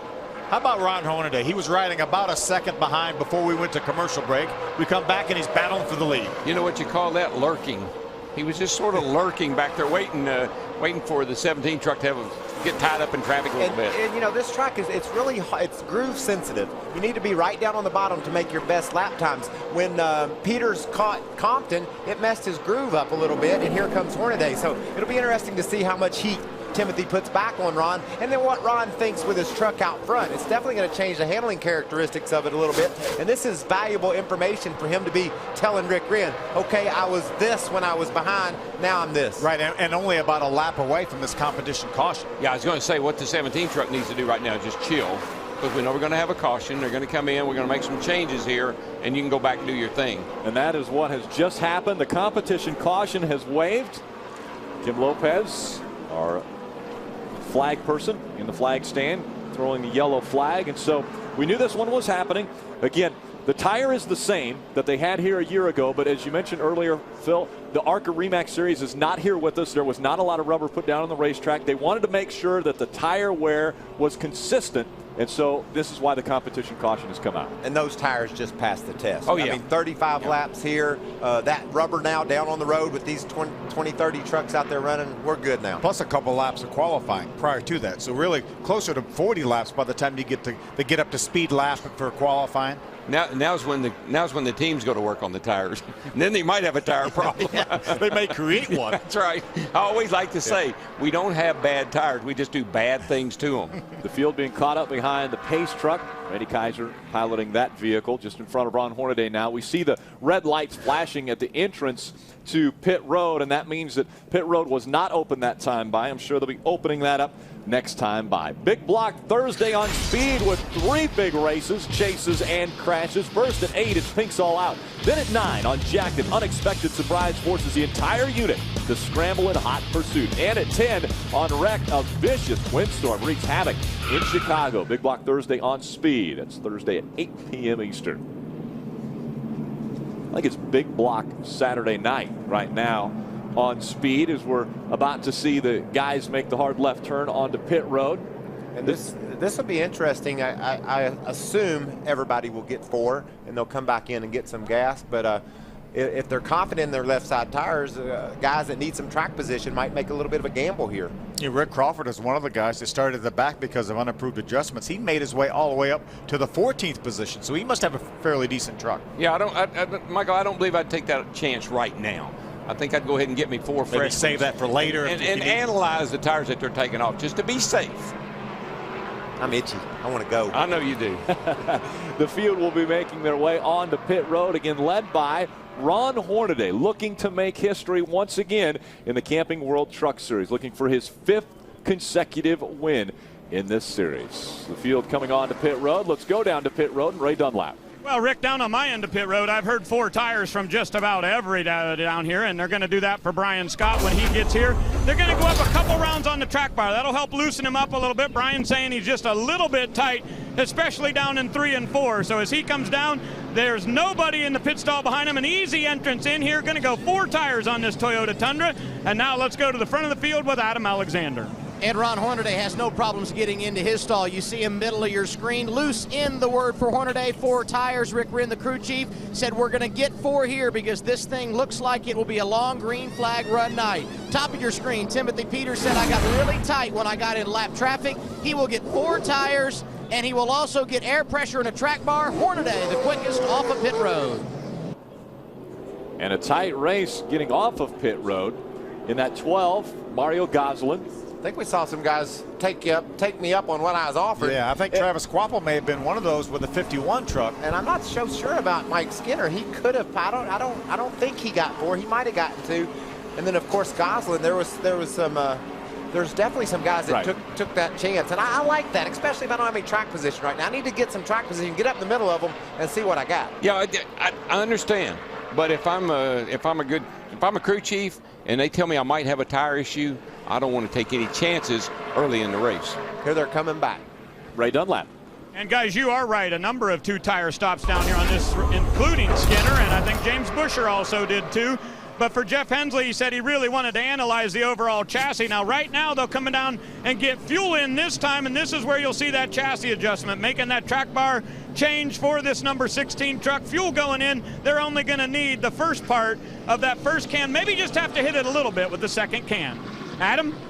Similar situation for Ron Hornaday. They did the air pressure when they put the tires on. No chassis adjustment for the race leader when these pit stops began. And it will be a track bar adjustment for Timothy Peters. Hornaday, the first one off, followed by Bodine and Skinner. And then it looks like Timothy Peters pulls away in 4th or 5th. So Todd Bodine and Mike Skinner moving up spots on pit road. We'll see when they come back to the green flag how they hold up front.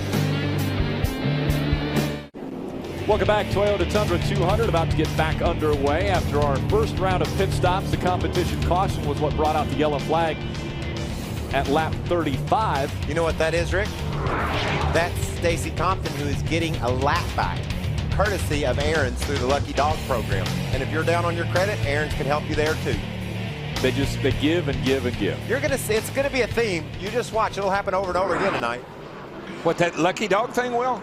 Really, do it every time. Every time a caution comes out. Check this out. Ron Hornaday's just warming his tires, and I think that Mario Goslin wants ahead of James Busher. Don't know what he thought he was. I don't know why he thought he should go there. But that was a close call for Ron Hornaday. Well, the reason is he wanted in front of him. He thinks he should have been in front of him, and obviously he is. So, but I saw little parts flying. Yeah, remember now, no double file restart like it is in the Sprint Cup and the Nationwide Series. Lap trucks on the inside, lead lap trucks on the outside. And these front ends are big on these trucks. That right front fender could have got into Ron Hornaday's left rear tire. That's what you got to be careful with. Yeah, with those wicker bills on there. I mean, here we go back green, so we'll see if any damage was done.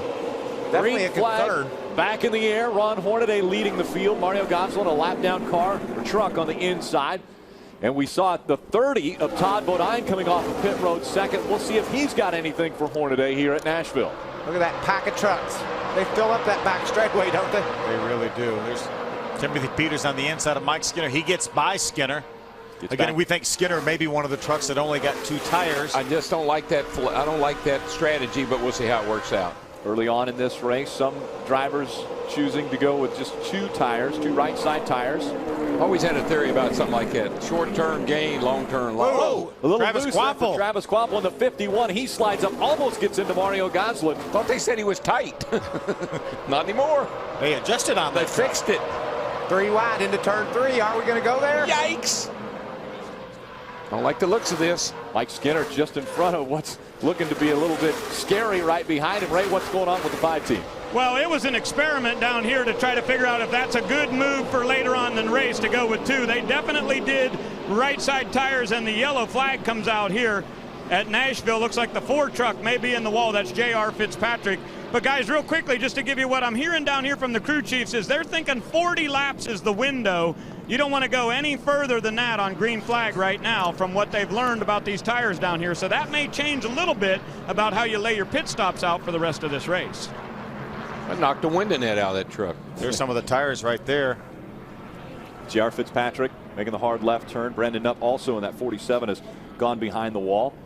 These crew chiefs will take these tires and put them back behind the wall just like they came off the truck, and they'll analyze these trucks. They'll scrape the excess debris off them, get a good gauge on them to see how much they've worn. Yeah, those numbers you see on that tire there on the left of the screen, that's the wear numbers. Those little holes in the tire, they measure that, and it tells them how much wear they have got left. So Goodyear and the team officials will be taking a look at that to see how the tires are wearing. Mario Goslin gets the Aaron's Lucky Dog. He'll be back on the lead lap. When we come back, the green flag will go back here. They did it again. Every time. It's amazing. Hey, truck fans, this Wednesday night on Speed, you've got to check out Pastime. Watch Ron Hornaday and Mike Skinner go head-to-head on America's fastest game show. Catch all new back-to-back episodes of Pastime Wednesday night beginning at 9 Eastern, only on Speed. They'll be operating on slow time. No, wait a minute. Are you saying that because of the advanced age? Yes. Hey, you know, speaking of that, I saw yesterday on the news where a guy 90-some years old, I think he was 92 years old, got a hole-in-one. Plays golf every day. Was that his first? It's just a sign of the times. I mean, you know. How about Herschel McGriff? Herschel, right, 81 the West years Series old. race out in Portland a couple weeks ago. What's up with all these old guys doing so well?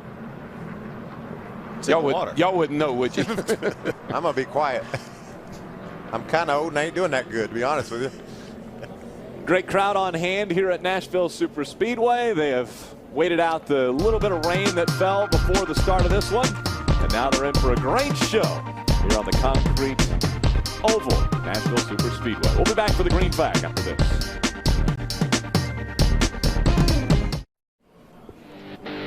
Welcome back. Toyota Tundra 200 about to get back underway as the field makes their way through 3 and 4. Coming out into the tri-oval. Again, out front, Ron Hornaday looking to once again make history and win 5 races in a row. Green flag back in the air. Look how far out in front he is. They just took the green. He's not very good on restarts. Nick. You know, but that was Vic with sarcasm. I know. We say that. What makes him so good? I mean, what could it be?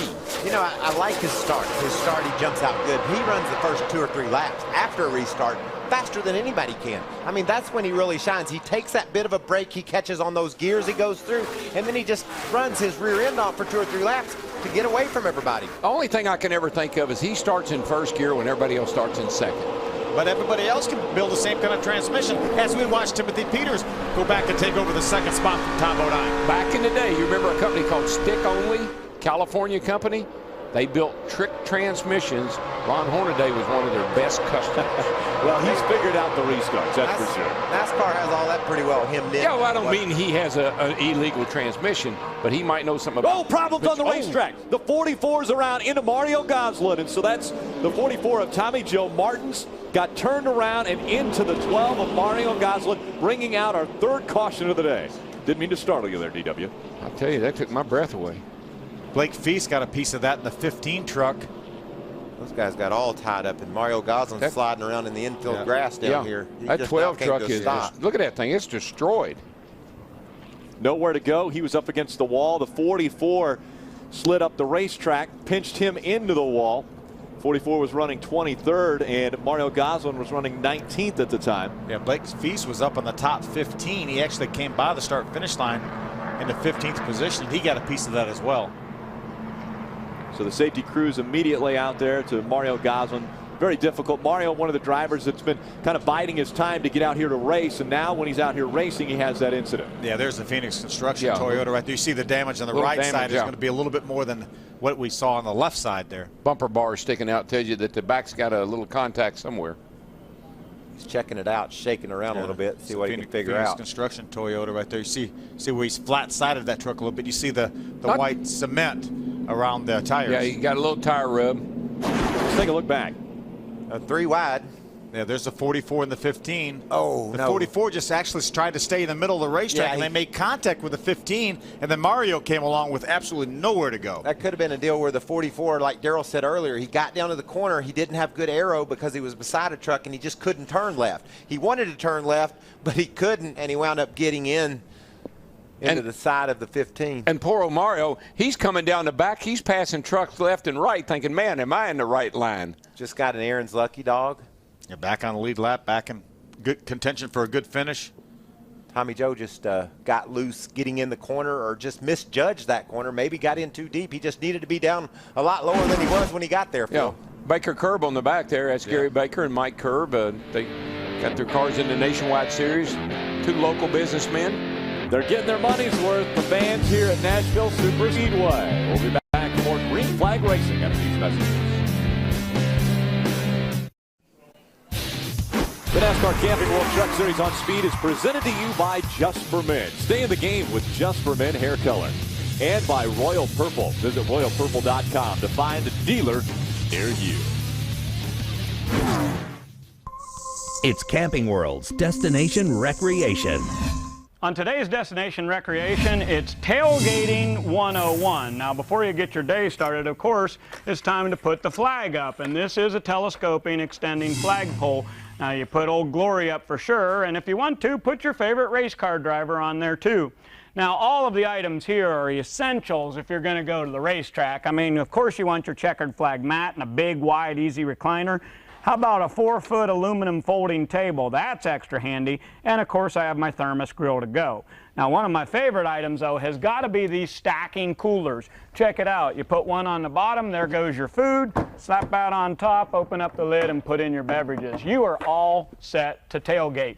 Now, when you come to a Camping World store, you're going to want to get out a list and decide which is your favorite. I'm going to take one of all of these. I just really want to go camping with that dude. I mean, you can tell he'll have everything that you need to go camping. And one of everything. You'll walk right out of Camping World with all that stuff on the way to your camping trip. I'd be afraid he'd jack my car up and try to change my oil while we were out camping or something. Now, while the exciting, fireworks have been taking place on the racetrack, we had our competition caution. Adam Alexander, what have we found out about the tire issue? The one thing that we should point out, Rick, is when teams came this weekend, they were going to get 4 sets of tires to work with through practice and the race. NASCAR added a set of right sides for every team yesterday during practice to work with because there was so much wear on that right side because of how green this racetrack was. After that competition caution, a few teams still having some issues, so NASCAR made the decision to go ahead and give all the teams another set of right sides, bringing the total for the weekend 6 on the right side, 4 on the left side. How the teams manage it is up to them. Ray? You know, Adam, what you got to do sometime with these brand new pit road rules is get yourself out of sync a little bit, and that's exactly what's going on with the 180 Toyota right now for Taylor Malsom. They just came in on lap 54 and made a change. They closed off the right front shock about 6 clicks, and they're continuing right now with this pit stop round to put fuel in that truck right now. So he'll have a full load of fuel rolling off here at lap 56. And one other truck that's also out of sequence is Stacy Compton in the Safe Auto Toyota.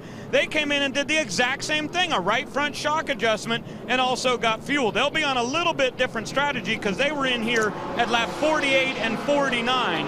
But what this does, this allows you an opportunity to not do what all the front runners do the next time they get ready to pit. And if you're lucky, that might just happen under green flag conditions. See another truck leaving the pit there, Stacy Compton. James Busher has received a free pass from Aaron's back on the lead lap for James. He, you know, we talked up at ORP, I think, Phil, about that truck just not running up to speed, but they seem to hang around and figure out how to get a good finish. I think he got a couple of lucky dogs that rolled him into a top 10 up there at ORP, and you can see here he's back on the lead lap again, putting himself in a position to make more out of the day than it looked like he's going to get when he started. I like what that team and what that cat does. They just hang in there and they make something out of nothing a lot of times. And keep after it. That's right. That'll put 19 on the lead lap. Here comes the field once again following Hornaday around Nashville Superspeedway. Green flag back in the air. Hornaday, Timothy Peters, Todd Bodine, Terry Cook, Mike Skinner, your top 5, working their way through 1 and 2. Bad restart that time for Hornaday. I mean, the 17 truck within 10 car lengths of him. He's gaining on him, too. Yeah. Actually, a pretty good restart for Timothy Peters.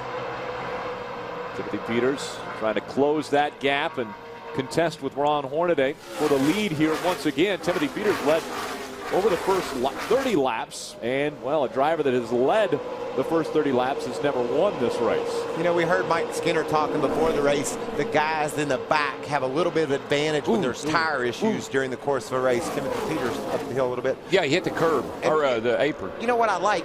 Just think about what Setzer has been able to do. And we see the guys that were just on pit road, Taylor Malsom, Matt Kraft, and Compton, they're trying to roll the dice. They're trying to take a chance, get a bunch of gas, maybe see if this thing gets a green flag running here that'll put them in contention later in the race. We've seen it happen over and over this year. A couple Fords battling for position there, the 14 and the 6, Crawford and Colin Brown. They're 3 wide. Going into turn 1. Hold on, boys. Hold on. Hold on, boys. This gets a little dicey. David Starr up on the top of the racetrack. Matt Crafton just off pit road, all up the middle of that mess. Adam, what's going on with the 17, buddy? Daryl, you and I talked after their first pit stop tonight that they bobbled a bit. He stalled it when he was leaving the pit lane, so he lost a couple of positions.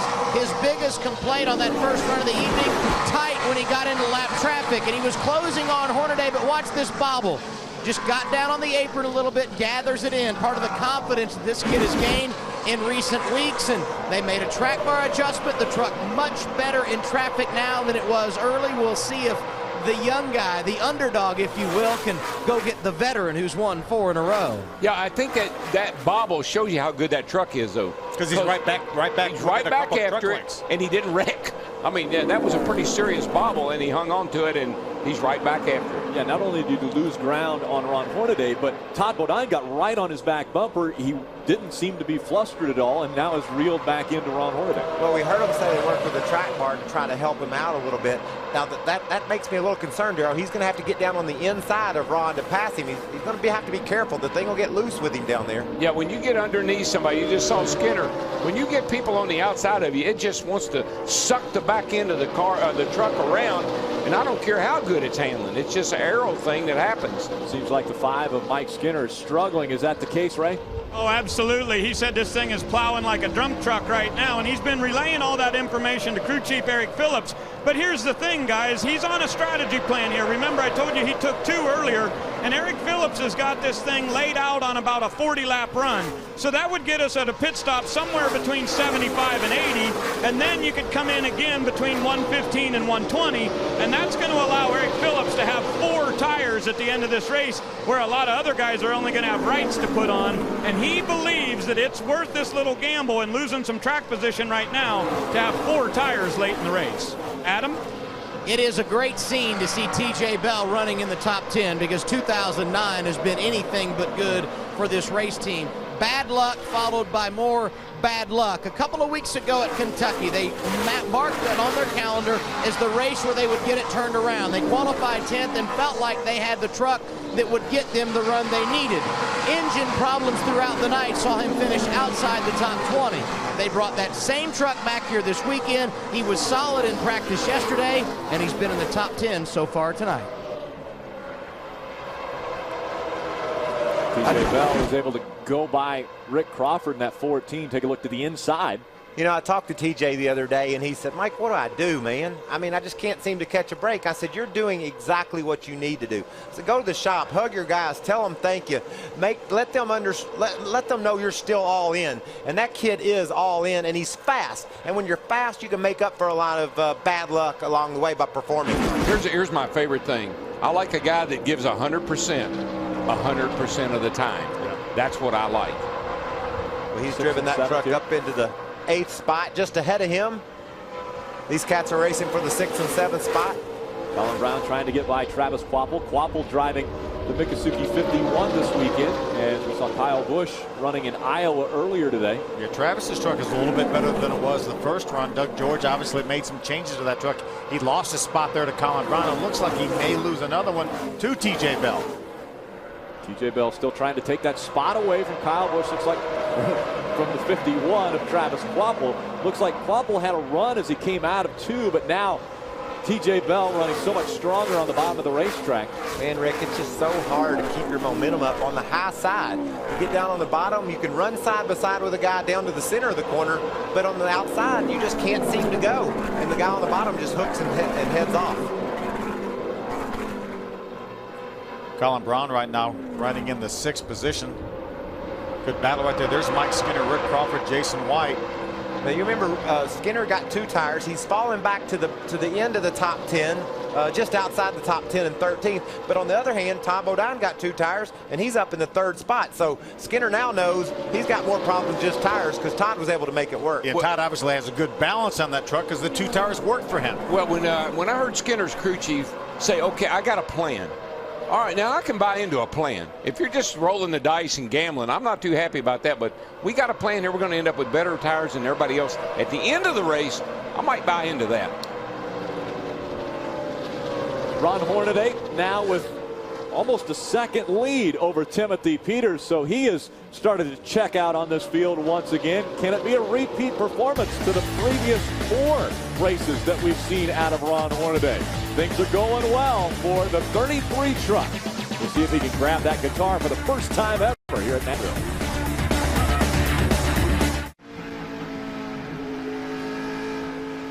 Welcome back to Nashville Super Speedway. Racing continuing around this 1 1/3 racetrack.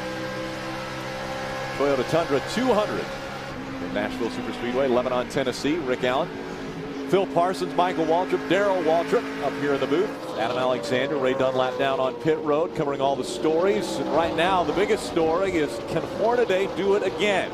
He's won 4 in a row in this series. Can he make it 5 tonight? Well, he's looking pretty impressive as we've passed the halfway point, and it is Ron Hornaday in front. We talked earlier, Bobby Allison, Richard Petty were the last guys in the major divisions of NASCAR to win 5 races in a row in 1971. And who do you think broke their streaks? When Bobby Allison won his 5 in a row, Richard Petty won that race that he was going for the 6th. And when Richard won his 5, Bobby Allison won the 6th race when he was going for his streak. And you know it at ORP, Mike Skinner wanted to break all that streak up so bad he couldn't even breathe, I bet. Remember his interview after the race?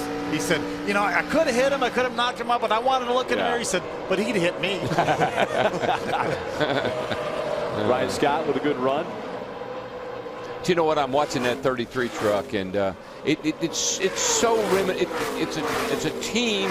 He started this race and he ran second for a while. They get a caution. They make a minor adjustment on the truck. Good crew chief, smart. Makes a minor adjustment on the truck, and now look at him. He's running lap times that are a couple of tenths quicker than everybody else in the field. That's just how, that's that experience that a veteran has of knowing what he needs into the race, not just the start of the race. He's pulled away from Timothy Peters. He's 1.2 seconds back. 3 seconds back from our leader is Todd Bodine. Adam? Todd Bodine in the third position, Rick, and he has had a decent night. We talked earlier about the fact that when he came in at laps 37 and 38 for his first pit stops of the evening, he took right side tires only. They are saving a good set for late in this race, should the opportunity present itself to put them on. And Todd has been continuing to talk about a loose race truck, but he feels like it will come to him as the run continues. But look behind him, Terry Cook growing bigger and bigger in the rearview mirror. He has been solid this evening. Now, the reason it'll come to him, number of things. First of all, you're going to get some buildup in the air pressure in the right front. You burn fuel off. As the fuel goes away, you pick up nose weight, and that's going to tighten the truck up. That's the battle you have with any race car or truck, is trying to get that where you can hang on to it those first few laps and get a little fuel burned out of it so that you're good over the long haul and get it neutraled up. Yeah. Get a little bit of air pressure in that right front. Obviously, both right side tires, but especially that right front tire. You have to anticipate so many things over a long run. There's a cat that's having a good night, Phil. Johnny Sauter has consistently been one of the 4 or 5 fastest trucks, currently riding along in the 5th spot, right there on the back of Todd Bodine and Terry Cook. So that's a truck that could, with a small adjustment, like DW said, could get up there and give Ron Hornaday a run for this win. Ray Dunlap, what else have you got about the Fun Sand Chevrolet? Well, they've got a little bit of a problem down in their pits because Johnny says every 5 or 6 laps he goes into the corner and the brake pedal is really, really soft, and then it'll come back to him. He said, but it kind of scares you a little bit, makes you lose your confidence about how hard to drive it in. He said every once in a while he's not sure there's brakes at all on that Fun Sand Chevy. Well, every race driver that I know that have been very good always brake with their left foot. And one of the things that you get accustomed to doing almost is, as you go down the straightaway, if you've got a little bit of a brake issue, you'll hit that brake pedal a time or two before you get to the corner. Just to make sure you're going to... Not after you get to the corner. So he can deal with that as long as they come back. Todd Bodine in front of Terry Cook. Then Johnny Sauter back there in the 5th spot. Colin Brown, TJ Bell, Dennis Setzer, Matt Crafton, and Brian Scott rounding out your top 10. As a matter of fact, I failed my driver's test the first time I took it as a kid because I was braking with my left foot. And the instructor said, what? You can't do that. I said, everybody does it. Ray Dunlap.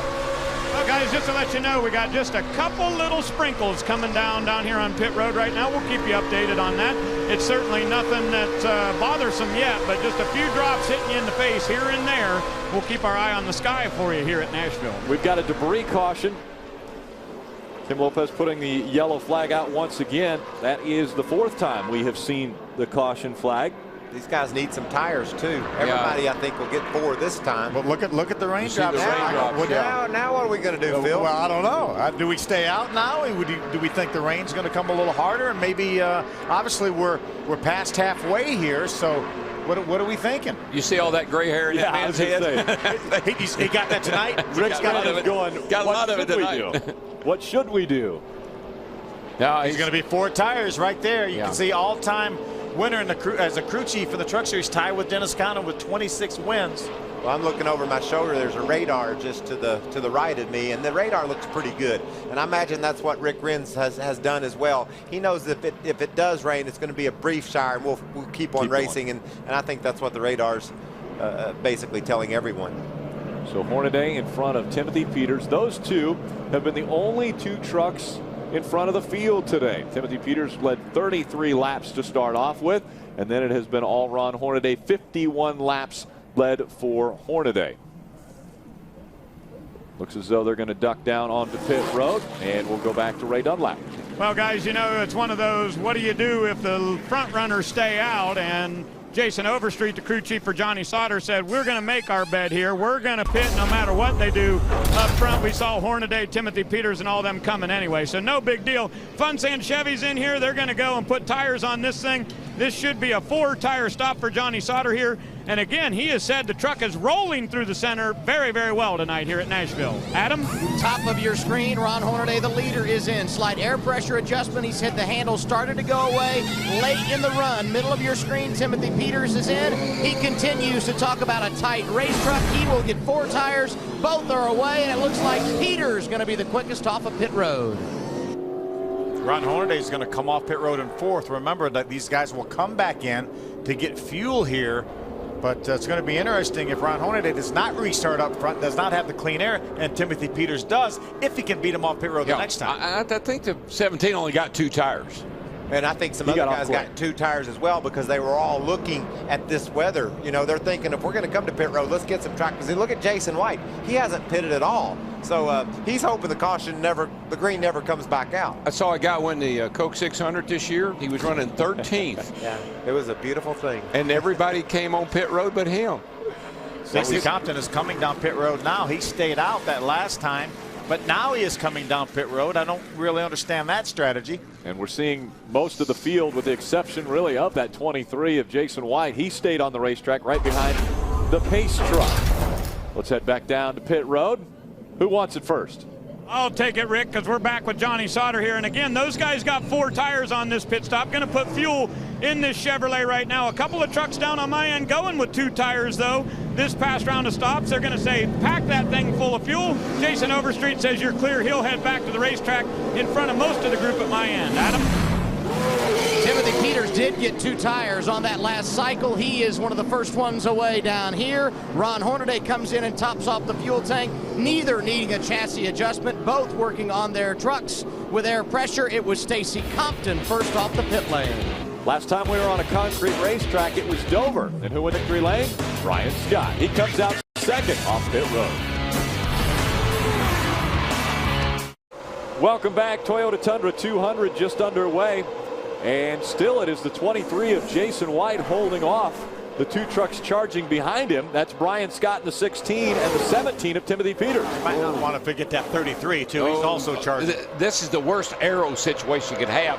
And Ron 3 wide going into 3. I wouldn't have done that. Oh, and Ron Hornaday so close to Timothy Peters as they go through 3 and 4. Wow, that was close. What a good job by both Hornaday and Peters. And Peters isn't too happy about that. No, I don't blame him. Ron really took a big chance right there driving down there 3 wide with a truck as good as his. And it's because there's probably some raindrops on that windshield, and he knows he better go if he wants to win his 5th in a row. You nailed it, brother. How about Jason White, though, hanging in there, and the lead did not stop at all on this caution flag. Peters is back under Hornaday. He's going to say, you know, you did that to me. Let me show you what it feels like. Timothy Peters trying to take 3rd away. Can't do it. Hornaday holds on to it. Pretty good smoke on the hood of that 33 coming up off turn 4 there. What about my man Jay White? He's out there on old tires leading this baby. He is holding off the 16 of Brian Scott. Brian tried to take him on the outside through 3 and 4. Nothing doing. See, the right side tire issue wasn't a thing where they slowed down. They were just wearing. Yeah. The guy said they really didn't lose much speed. They were just wearing out in practice to down the green racetrack. I think Hornaday had to clear the 17. Once he cleared the 17, he can go now. Brian Scott to the outside again. 3 wide as they come to the stripe. That's for the lead. Hornaday takes it away from Brian Scott and Jason White. There's a bit of urgency amongst the front runners there. Daryl, we saw this same thing out of Hornaday at Kentucky and ORP last week. He just gets on the gas and goes, baby. It's like he ain't never won one of these things before, let alone trying to win his 5th in a row. Yeah, it might be that, but I think it's also he's got an awesome piece of equipment there to work with, too. That truck is, it handles anywhere he wants it to, including the straightaway. And as you mentioned, the straightaway, that Pro Motor Engineering now also obviously going for 5 in a row as well in this 33 truck. An impressive run by Ron Hornaday. He's able to get back in front of the field, now in front of the 16 of Brian Scott. Timothy Peters, who was battling for that lead, has dropped back a few truck lengths. He's already back about a 2nd from this field. Brian Scott's not going away, though, after Hornaday's right on Hornaday's bumper. We can look right here. You see the battle for the lead. I mean, Scott closed right in on him on the last turn. Well, I think if you remember, that 16 lays concrete. He's a concrete eater. Take a look at this. Riding along. This is Brian Scott's view. Remember, he's going to the outside of Jason White here in just a few moments. Here comes Ron Hornaday. He goes to the inside. That's going in turn number 3. Now remember, Jason White is the leader. There he is, right of your screen. Brian Scott goes to the outside. Hornaday goes to the inside. He just forced his way in there. I mean, there really wasn't any room, but he made room. Adam Alexander. Michael, DW, and Phil, I want you to analyze what I heard on Ron's radio after that last pit stop. Rick Wren, the crew chief, said, Horn, we're real close on fuel. I need you to save me some on this run. I don't think the driver heard the crew chief there. What do you guys think? Well, here's the thing. He's got a full tank right now, and he's going to use a lot of it right now and then save a little bit at the end of the run. I think that's his plan. But when he's out front here, he can control his own destiny a little bit. He can watch that mirror. He can save a little bit of fuel. Now, if they get too close, then he can give it a little bit more gas. Right. Get you a little lead here, shake the competition, and then back out the throttle early. Look at Jason White. He's hanging tough, Phil. You can see right there. Crafton gets up on the outside of him for the 7th spot. But, man, he's hanging in there. Ray Dunlap, what are they saying now, that 23 team? Well, guys, keep in mind this is a truck they call Bullet, and all of the great finishes that Jason White has had this season has been in this very truck, and it's got a body on it that came from Kevin Harvick Incorporated, and they knew that this thing could run up there in the top 5, but their gamble on staying out was really a weather play. They thought that the rain was going to come here quickly, and they thought we could get a top 5 finish out of this. Now let's go back to Adam. And the rain has picked up. Ray and Hornaday talking on the radio about how bad we need a caution. They said they're talking about it, referring to NASCAR, and Ron said talking about it. They're going to wait till somebody wrecks, and it has picked up.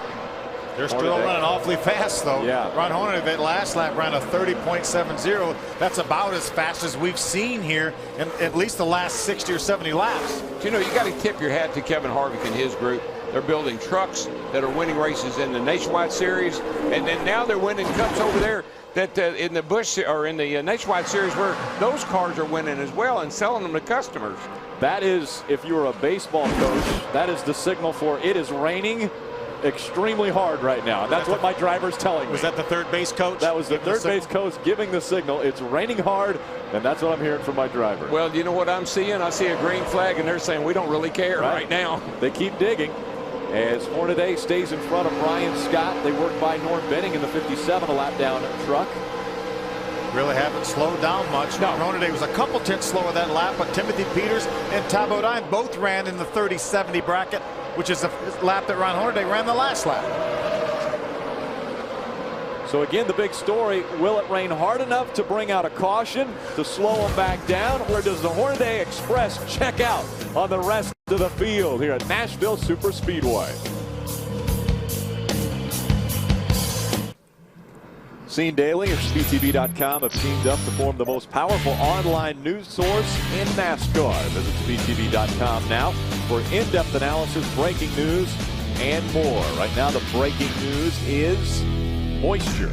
Rain falling here at Nashville, and that has brought out the caution once again. We're not affected as much by rain up here in the booth, but obviously the teams and everyone on pit road saying it is coming down. But we're also hearing that not a lot has sat on the track. Adam Alexander, what is our leading crew chief saying?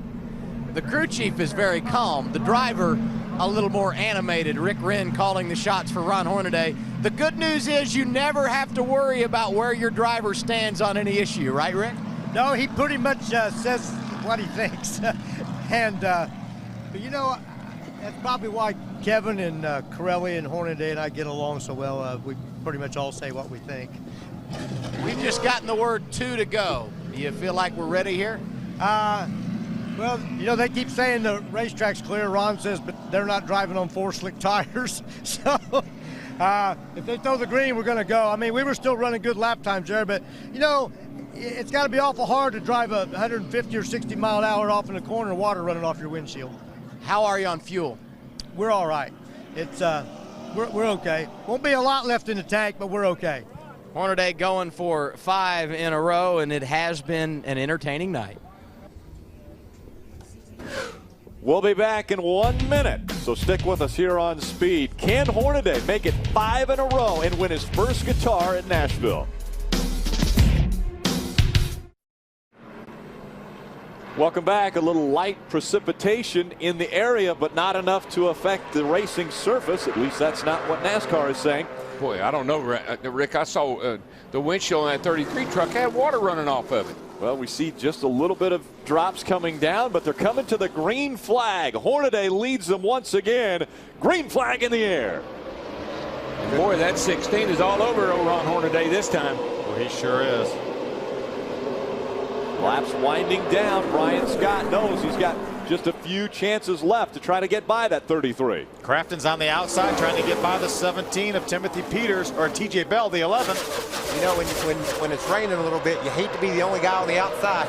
You want to ride in the guy's tire tracks in front of you, so Crafton quickly gets back down to the bottom. Well, Mike, you know you lost a little bit of grip.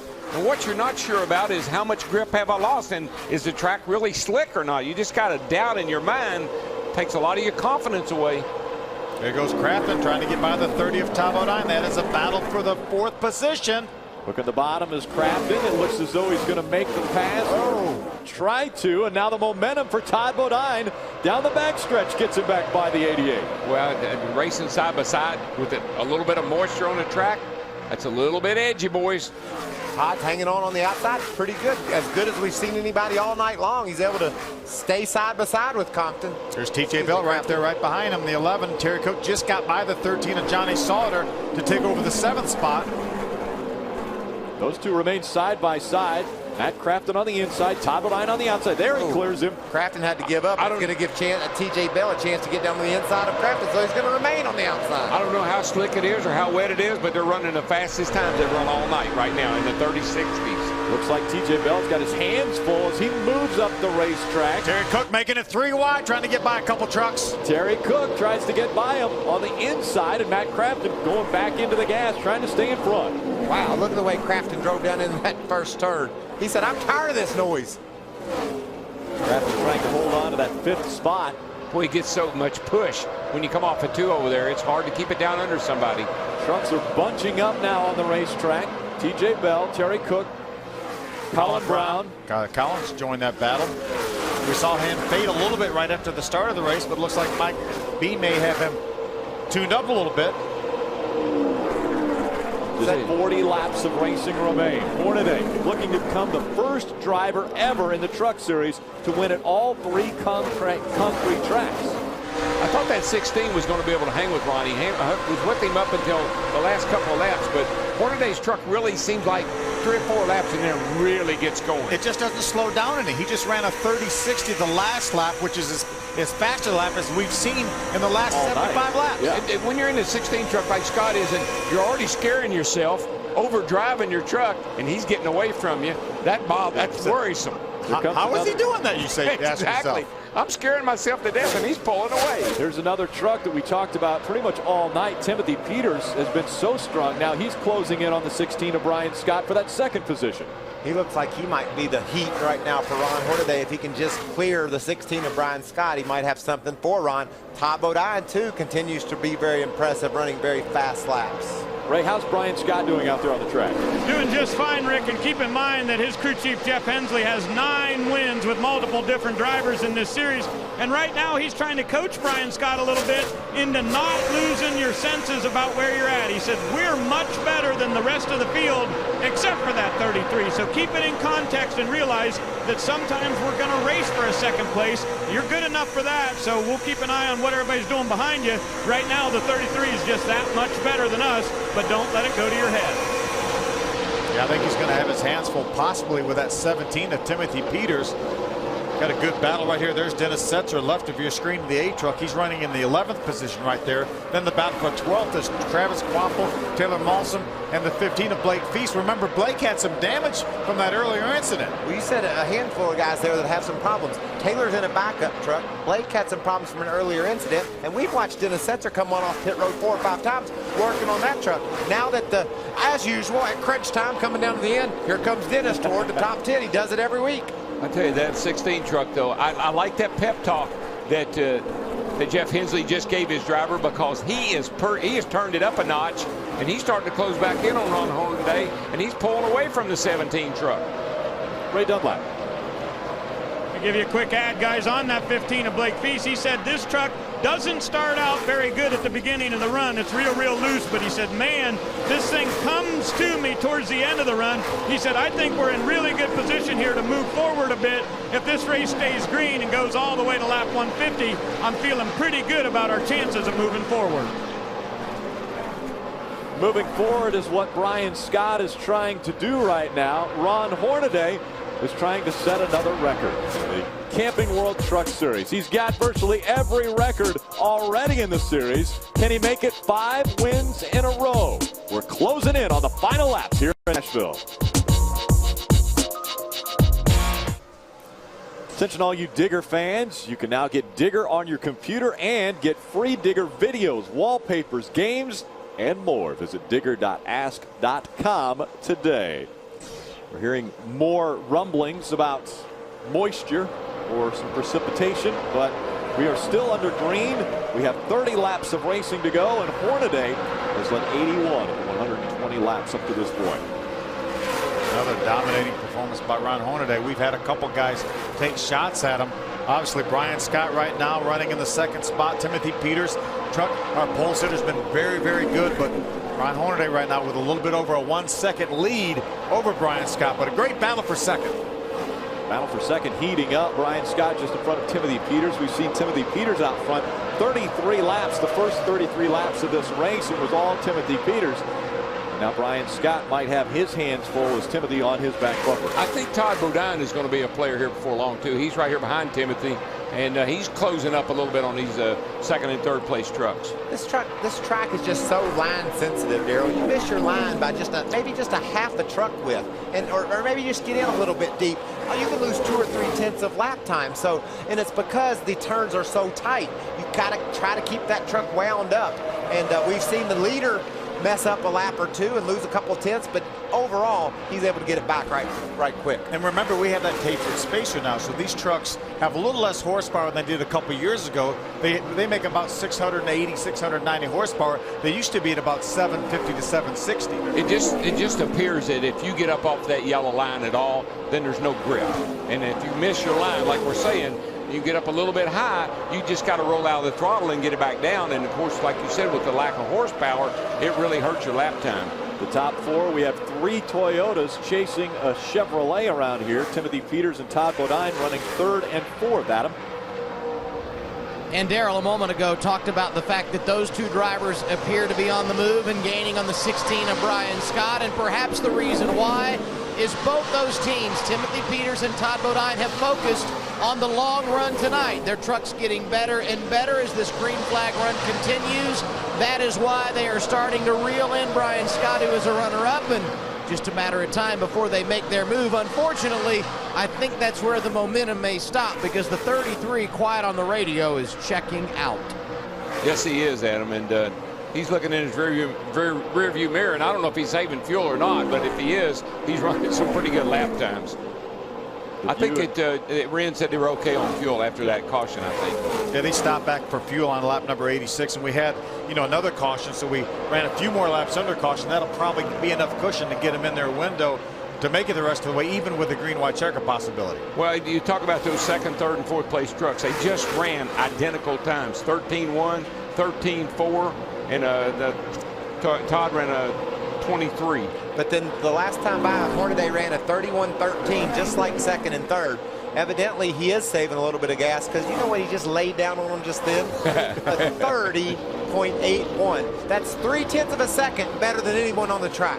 5th, 6th, and 7th. Whoa, a close call there for Colin Brown as he has to move to the inside of TJ Bell now.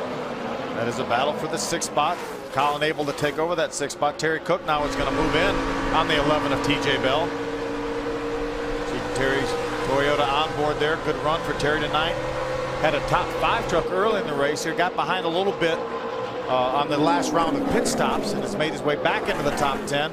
Going after right now TJ Bell for the 7th spot. Yeah, that 6th truck, they've done a nice job on it. I think he wasn't all that good early, but here he is in 6th spot. It looks like he's got a truck that's moving up a little bit, so they've done a nice job adjusting on it tonight, getting him a little bit better. You know, something we haven't mentioned, running second right now is Brian Scott. Since he broke his wrist, he has been impressive. He's running second again, contesting for the win. Well, that's what I said. I'd break his other wrist. He's doing so well with a cast on that one wrist. I mean, maybe two will be better. Well, you know, Phil, you've driven, Mike has too. You only really drive with one hand. I mean, basically your left hand does all the work. Your right one just kind of floats along. It's your sight hand. When it's at the top, you can see where you're going. When it's out of sight, you know, it's so you pull down with that left hand. Right one just kind of along for the ride most of the time. I used to see Earnhardt put his right hand up on the penny bar and ride for a lot of laps sometimes. While he was leading. Taking a look inside of that truck, Ray Dunlap. Well, Rick, just before we got ready to go green, I was trying to tell you guys about all the good trucks in this field that have already won this year. And on that list, certainly the 16 of Brian Scott. We documented that this chassis, number 127, is the one that they used to get his first big NASCAR win at Dover. I asked his crew chief, Jeff Hensley, this is a specific concrete truck. And basically all the crew chiefs have down here told me you don't have a concrete track truck anymore with real high frame rails, because the way these things are set up now with coil bound, you could just about run these trucks at any track, any week. You can change the suspension for them. But Brian Scott has told me that this is his favorite truck right now. Obviously, getting that big win, you would think it would be high on his list, but he said this truck just rolls through the center better than anything else they have in their fleet. But really, Ray, a concrete truck is a truck that you actually build things stronger. You add a couple of bars here and there to keep the flex out of the chassis because of the roughness of the concrete. Tire buildup is huge.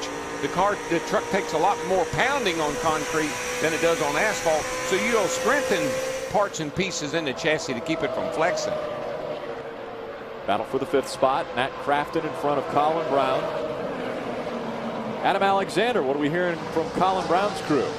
Well, Ray talked about magical trucks, and this one's certainly that for Colin Brown. This is the vehicle he took to Victory Lane at Michigan a few months ago, and it's the same particular truck that Travis Kvapil won in here at Nashville 2 seasons ago. He feels very confident about it, but they've had to work much more on it tonight during the race than what they thought they would. They were very confident in this vehicle yesterday during the practice sessions. It's been a bit more of an adjusting night than what they thought it would be here this evening. What an impressive run. Again, another lap by Ron Hornaday down to the 30-80s. Yeah, he is gassed it up. He's in a hurry to get this thing over with now. He wants to play that guitar. Yeah, it looks like he's when he wants to, he can be about 2/10 better than anybody else in the field. He doesn't do it every lap, but he does it enough to know that he can do it if he has to. He does that just enough to worry Wren. Is everything okay? And then he'll run a real fast lap. And how would you like to be those guys chasing him? There's a few laps ago when all three of the top 3 trucks ran the same speed exactly. And I'm sure the crew chief said, you're fastest leader, you're fastest leader. Next time by Hornaday smoked them about 0.3 of a second. I guarantee the crew chief never mentioned that little detail. Yeah, I always loved it when they say you're as fast as a leader, and I'd say, well, how come he's getting smaller then? Good battle. Taylor Malsom able to get by the 51 of Travis Kvapil. Now Travis's teammate Blake Feast in the 15 Phoenix Construction Toyota is trying to get by him. Travis, the only driver in this field that has won a guitar at this racetrack in the Camping World Truck Series. Yeah, Colin Brown just got by made another pass here on the 88 truck. That 6 truck has really come alive here late in the evening. There you see Colin Brown at the Conway Freight. It's up to the top 5 now, and watch him. He just makes a big power move here on the outside.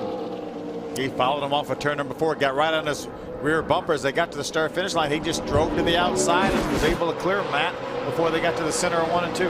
Yeah, Crafton, I mean, Matt didn't even put up a fight. He said, you're better than I am, and he let him go. 15 laps, now 14 to go for Ron Hornaday as he just crossed the start-finish line. He has a 2.2 second lead over Brian Scott. Then Timothy Peters, Todd Bodine, Colin Brown, your top 5. Colin just running a sub 31 second lap. I believe that 6 truck has got a shot at catching Bodine. You know, one guy I've been keeping an eye on right there, that 14 truck of Rick Crawford. Remember, he went to the back of the pack for the start of the race for unapproved adjustments, and Rick has driven his truck up into the top 10. They've had a lot of bad luck this season. They haven't had a top 5 or top 10 actually since Texas back at the beginning of June. So good run for Rick Crawford to get that truck up in the top 10. But then there's that Dennis Setzer right there, that 8 truck. I love that guy. He's lurking behind the 14 of Rick Crawford. A couple veterans running nose to tail there. Ray Dunlap. And Crawford just coming on the radio moments ago saying the right front is absolutely done. We've rolled over on it too hard. He said, I'm going to have to nurse this thing home. Not sure it's even going to make it. I'm really worried about the right front tire. Man, you just got to, you know, he's concerned this late in the going, and with the tire issues we've heard already. So getting on down the road on these tires, these guys have got to be a little bit careful or feel that truck, be real sensitive. Yeah, well, that's the thing. You just can't turn the steering wheel. I mean, it's like you're sitting on eggs. You just go in the corner and you say, oh, I don't want to put a lot of pressure on that right front tire. And by the same token, guys are catching you. And so you're a rock and a hard place. Do I go or do I blow? And this is going to be the longest they will have to run these tires, these right side tires. 35 laps was the first run, and then they ran them about 50 before the caution came out, and these guys put that last set on. So we're going to have to run these tires about 60 to 65 laps. So that's a little bit longer than we've run all night. Yeah, it's the box you hate to get into. You're now in no man's land at the end of the night. Right when you need to be your best or when you need to know everything is good, you start worrying. The signal just going to Ron Hornaday. 10 laps. You're 10 laps away from the checkered flag. It would be his 5th in a row, his first win at Nashville Superspeedway. And again, we talk about the wins for crew chief Rick Wren. That would put him alone at the top of the crew chief win list, surpassing Dennis Conner, who he's tied with now. Ron Hornaday has never won a guitar here at Nashville. One of the prize awards given to these NASCAR drivers. DW, you've won so many of the grandfather clocks from Martinsville, and then you have something very unique to this area with the music industry, a Gibson guitar that's been designed by Sam Bass. Yeah, it's a wonderful trophy, and it's a cherished trophy. And you know, these guys, even whether it's the IRL guys that have raced here or the ARCA, whoever it is, they all want to get that guitar and put it in their trophy case. Ron Hornaday, Rick Wren looking to add another trophy to their trophy case, which continues to expand this season. Ron Hornaday coming into this race had a 174-point lead over Mike Skinner in the point standings. That's the largest point margin ever with 12 races to go, and he's looking to expand on that tonight. Yeah, he's got a pretty good cushion. He could take a couple of weeks off if he wanted to. Maybe he'll win 5 in a row and take a vacation. Well, he could actually miss a race and still be your point leader, because right now he has a 221-point lead over Matt Crafton as they run on the racetrack. Yeah, right now Mike Skinner, who came into this race second points, is back in the 14th position. Matt Crafton in 6th. So if they remain running about where they are, then Matt Crafton will certainly take over the second spot from Mike Skinner, but a long way behind that 33 truck. Ray Dunlap. Hey, Rick, real quick, just to add another notch on Hornaday's list. If he wins tonight, and he will hold the point lead, which it appears he will tie Jack Sprague with 54 races where he has been the point leader in his career. And it looks obvious with the numbers that he has right now that they're going to keep this train rolling. So when we go to Bristol, that'll be one more category where Hornaday takes over as the all-time leader here in the Camping World Trucks. Yeah, if he leaves with a 220 or 230 point lead, he won't even have to show up at Bristol, and he'll be our point leader after the race. Yeah, very impressive run for this 33 team. Kevin Harvick Incorporated has put together the dream team in the Camping World Truck Series.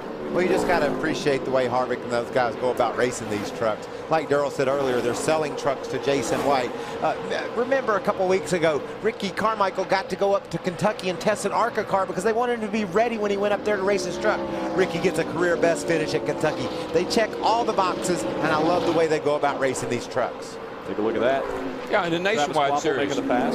Harvick and them are selling trucks too, I think, or cars now. I think Rusty Wallace's group has bought into that deal. So Harvick right now has got the hot package for the trucks in the Nationwide cars. Saw Travis Wampel get by the 5 of Mike Skinner. Todd Bodine still running in the top 5, Adam. That's the good news. The bad news is he may not be there much longer. With 5 to go, he came on the radio and said, I think the right rear may be flat. He has since come back and said, it is going quickly. You see Colin Brown has gone around Todd Bodine for the 4th position, and drivers like Matt Crafton and TJ Bell closing quickly. Todd Bodine going to have to nurse this one home here tonight with only 3 to go. Yeah, these 3 laps can't come quick enough for Todd Bodine. Or Ron Hornaday. He's got to be sitting on pins and needles too. He's the fastest truck. You know, he's probably thinking, I've been Todd way up the racetrack. Todd just took off up the hill. Yeah, it's always something, isn't it? If it isn't about to run out of fuel, it's about to blow out a tire, or the engine's about ready to quit. Why is it? There's Terry problems on the racetrack. Terry Cook. Oh, that'll bring out the he caution. has problems up into the wall. The caution comes out, and that was with 2 laps to go, meaning we will have a green-white checker finish in the Camping World Truck Series race here at Nashville. Well, Terry was running up in the top 10, had a good strong run going. Really did. There was some great stories. Terry Cook up in there, TJ Bell in the top 10, Rick Crawford all the way from the back up into the top 10. Look at all the debris inside. I guess that's from his tires. Just so many guys that needed some good runs. Terry Cook was certainly high on that list, and now he's got a right rear tire that has blown out. More than likely, that's what probably precipitated the contact with the outside wall. And more than likely, that's what was next for Todd Bodine. So what does Todd do? Does he come to pit road and put tires on and run 2 laps? Yeah, there's the right rear tire goes down. Terry just riding along there, right in the bottom of the racetrack, and the right rear goes down and into the outside wall he goes. He was completely by himself, but nothing you can do when you lose a rear tire. Now, we're positive that the fuel's not an issue. Well, we're pretty sure. Because we're really not sure about tires, and it could be we're really not sure about, you know. Well, we said our pit window was somewhere between 62 and 72 laps, and most of these guys had to go 64 from the last time they pitted, which is Ron Hornaday. Now, again, we've had enough caution laps that we should be fine. But if this race goes very far beyond the prescribed distance, you never know. You never know. It ain't over till it's over. Till it's over. The advertised distance for this race was 150 laps or 200 miles. We will be going by that the next time by the start-finish line. Yeah, we're going to overtime, baby. We are headed to overtime. That means Hornaday has to work just a bit harder to hold on to see if he can win 5 in a row in the Camping World Truck Series. Now, does Todd Bodine just trust his right rear tire won't blow out? Because we saw his truck fall off the pace tremendously. We know he's got a wounded tire. Is he going to come to pit road? He's coming, I think. Yeah. I think he's got to. He's on his way to pit road. Probably saw what happened with Terry Cook. And that tire is down. Look at that right rear tire. It's definitely flat. So that's a great call by Todd Bodine to bring that truck. You better off saving this truck than trying to limp around there and get a top 10 finish. Exactly. Adam Alexander. And the crew, I think, had a mind to leave him on the racetrack, Phil, but Todd Bodine said there is absolutely no way this thing is going to make it to the finish, and on a restart, he would have been a sitting duck. So they will come in, change the tires, they're going to make a significant chassis adjustment, pump up the air pressure, and try to give him an opportunity to rally and pick up some spots here at the end. And we talk so much about drivers who have battled through bad luck. Bodine and this bunch have had their fair share of adversities throughout 2009, and the run of issues continues here tonight in Music City. Yeah, I saw him after that race at Kentucky. He had a top 5 finish with just a few laps to go. The rear end gear went out on his truck, and he's just like, I don't know what I'm going to do next. This thing, something always seems to bite me. It's right along with before mentioned Terry Cook. Uh-oh.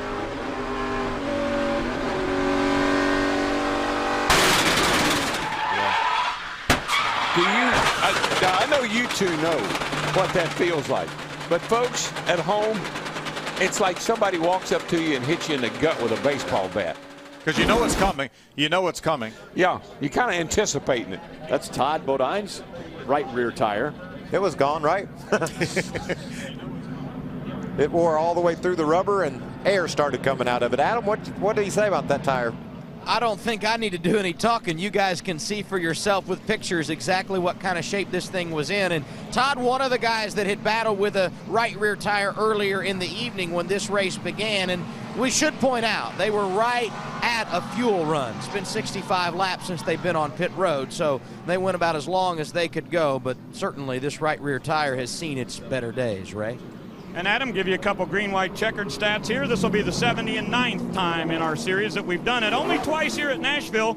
Remember back in 02, Bliss came from second to win the race. And in 06, Johnny Benson won this race on a last lap pass under green-white checkered conditions. But guys, I do want to let you know that the leader with 10 laps to go here at Nashville has not won 4 of the last 5 races. And look who is behind Ron Hornaday right now. A young 21-year-old driver We saw him. His last restart was awesome. He pushed Ron down into the first turn. Let me tell you where he's going to be tough is off of turn 2. I've been watching him. He really gets off of turn 2. He gets a nose up under Hornaday going down the back. Look out, folks. Boise, Idaho's Brian Scott could be the spoiler tonight, or maybe Timothy Peters can get the nose up there and challenge Ron Hornaday. Green flag back in the air, 2 laps of racing. Well, you don't think Hornaday doesn't know they're on him? Look at him take a little evasive action as he heads off into turn 1. This is where I thought Scott might have a shot. He's been real strong off of 2 over there. Looks like he lost the front a little bit. Yeah, he pushed. He pushed. We only have 1 attempt at a green-white checker finish. As soon as Hornaday gets the white flag, or if a caution would come out now, they are in the positions they would finish. Hornaday coming out of turn 4. White flag in the air. 1 lap to go for history in Hornaday. This is big, folks. This has never happened before. You love seeing something. You love seeing athletes accomplish things that no one else has ever done, and that's what's fixing to happen with this 33 truck. Didn't go another mile. And for Rick Wren, too, all-time winner in the Truck Series is the crew chief if they can hold it off another corner. They continue to battle for third. Colin Brown on the inside, Timothy Peters on the outside. But the real history is being made. Ron Hornaday will win 5 races in the row in the Camping World Truck Series. You know, I'm glad I was here tonight to see that, guys. That's a big piece of history right there. First time in NASCAR since 1971. Joins the likes of Richard Petty, Bobby Allison. They were the last to do it in 1971. Ron Hornaday, Rick Wren will be heading to victory lane for the 5th consecutive race. Got to tip your hat to Kevin Harvick, to Rick Wren, and to everybody that works on this truck. You got to have something to win those 5 races in, and they've given him a mighty fine piece. Let's hear from the winning crew chief. He's with Adam Alexander. No crew chief has won more in the Truck Series than Rick Wren. Your driver now has gone 5 in a row. Are there words to describe what this team is doing right now, Rick? No, it's unbelievable. I told Hornaday there when he took the checker, I said, we both made history tonight. I don't know how to say this. All I can talk about is our preparation and how hard we worked and how hard he drives. And Kevin Delana let us build whatever we need to build. And awesome. I don't know. I don't know how to. It's not much better than this. I don't know what to say. How about that Longhorn Chevrolet tonight? Now, where do you go from here? I don't know. we'll just keep doing what we do. We go every week to race to win, and that's all we can do. And if everything falls right, you get that checker flag.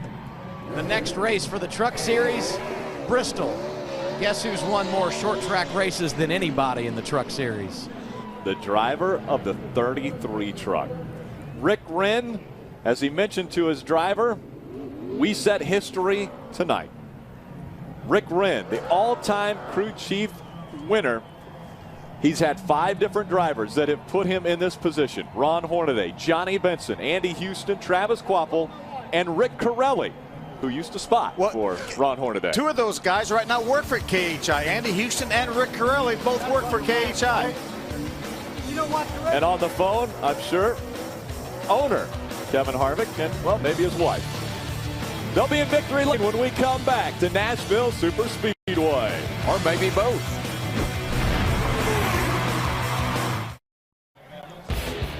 Ron Hornaday continuing to savor the moment. The winner of the Toyota Tundra 200, and more importantly, his 5th race in a row. 45th career win for Ron Hornaday. Let's take a look at tonight's Stay in the Game with Just for Men hair color moments and Brian Scott. Setting the steering wheel, getting ready to roll off for battle. But it wasn't an easy battle for this cat. He's going to take his rightful position back on the starting grid. Look at that guy trying to get that tire. Finally got it rolled back in there. Then the fuel didn't go in smoothly. And remember, the driver's got a broken wrist. Yeah, it didn't go in at all. But he was fast on the racetrack, though, and survived and finished second to Ron Hornaday. And I tell you, that's no small task to finish second to Ron Hornaday. Let's hear from the driver. He's with Ray Dunlap. Another great night for Brian Scott. Any consolation to you at all that you finished by the guy that just won 5 in a row? He's a man in the truck series. I congratulate Ron on 5 in a row. That's an awesome accomplishment. I hope someday to accomplish something like that in my career. Man, our Albertsons Toyota Tundra was just great. I wish I could have took a Toyota into victory lane tonight for Toyota and for everybody here, the fans. I got to thank all of them for sitting through the rainstorm. And, we took a run at it. We just weren't good enough. But I'm real proud of my guys. I'm really happy about second. That was a good run. Everybody wants that Les Paul guitar by Sam Bass. It's the coolest trophy out there. But, tonight wasn't our night to get it. Ron, he's a legend, and he's the man. Congratulations to him. Over the last year and a half, Ron Hornaday has gotten some pretty great trophies. I think he's going to savor this one tonight here at Nashville. Indeed he is, Ray. 5 in a row. His crew chief has won more than any other, and perhaps the best part of this evening for Ron Hornaday, that Gibson guitar. And you can see the emotion as he puts it in his hands. He is ready to play a tune. You have been on a roll, my man. And he's going to share it with his wife. I'll tell you what, you were playing quite a song out there tonight, a dominant race truck. How special does it feel to have finally won at Nashville, and on top of that, making it 5 in a row? I got to thank them fans. I thought it was going to rain, and them guys just hung out and to fill them stands up 10 minutes before this race started. That says the NASCAR Camping Truck Series. But I don't know what to say. Mark Smith, I finally got Sam Bass guitar. Finally did it. That is so cool. Me and Mark's going to have a talk. Our throttle's stuck on this thing now. I don't know what the deal is. Rick keeps freeing it up, and I couldn't free it up anymore just because of the throttle was stuck going in the corner, sticking about $4,000, and coming in the pit stops and everything else. I had to lift it up with my toe. But Kevin Delana, thank you.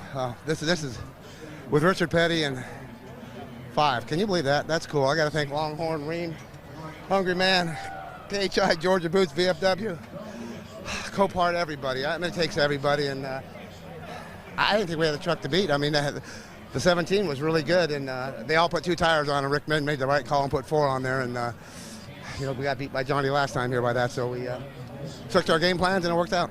You were cruising at the end, long green flag run, then a caution, and you have to endure a green-white checker in the restart. How concerned were you? Real concerned. First, Rick said save fuel. I said, how do I save fuel with the throttle stuck half the way up there? So he hit the key off, or the ignition off a couple, 3-4 times maybe. But I'm tired. He's making me get more gray hair. He keeps telling me to save fuel every week, and I'm tired of it. We just gotta go out there, and this truck wants to run. The slower I go, just like Milwaukee, the faster this truck went. When they said there was 10 back there, and I said, well, I'm going to save a little bit, and all of a sudden I look up, and they said there was 15, and then 20. It's like, the slower I drive this truck, the faster we'll come up with the corner. And unbelievable. That just says a lot for everybody. And I got happy birthday to my son. It's his birthday. And Chris, Jennings, everybody over in Iraq, all the troops, I thank you guys for what you do, and praise the Lord. I mean, this is unbelievable. 5 for this team. That says a lot for KHI, Rick Wren, Danny Stockman, everybody. I mean, this is so awesome. 2 weeks off for Ron Hornaday. He deserves it. He's won 5 in a row, going for 6 at Bristol, guys. Well, and back on a concrete racetrack. Ron Hornaday has now won on 29 different racetracks. DW, our partner in the broadcast booth, only won on 16 different racetracks. We'll be right back to get your response to that.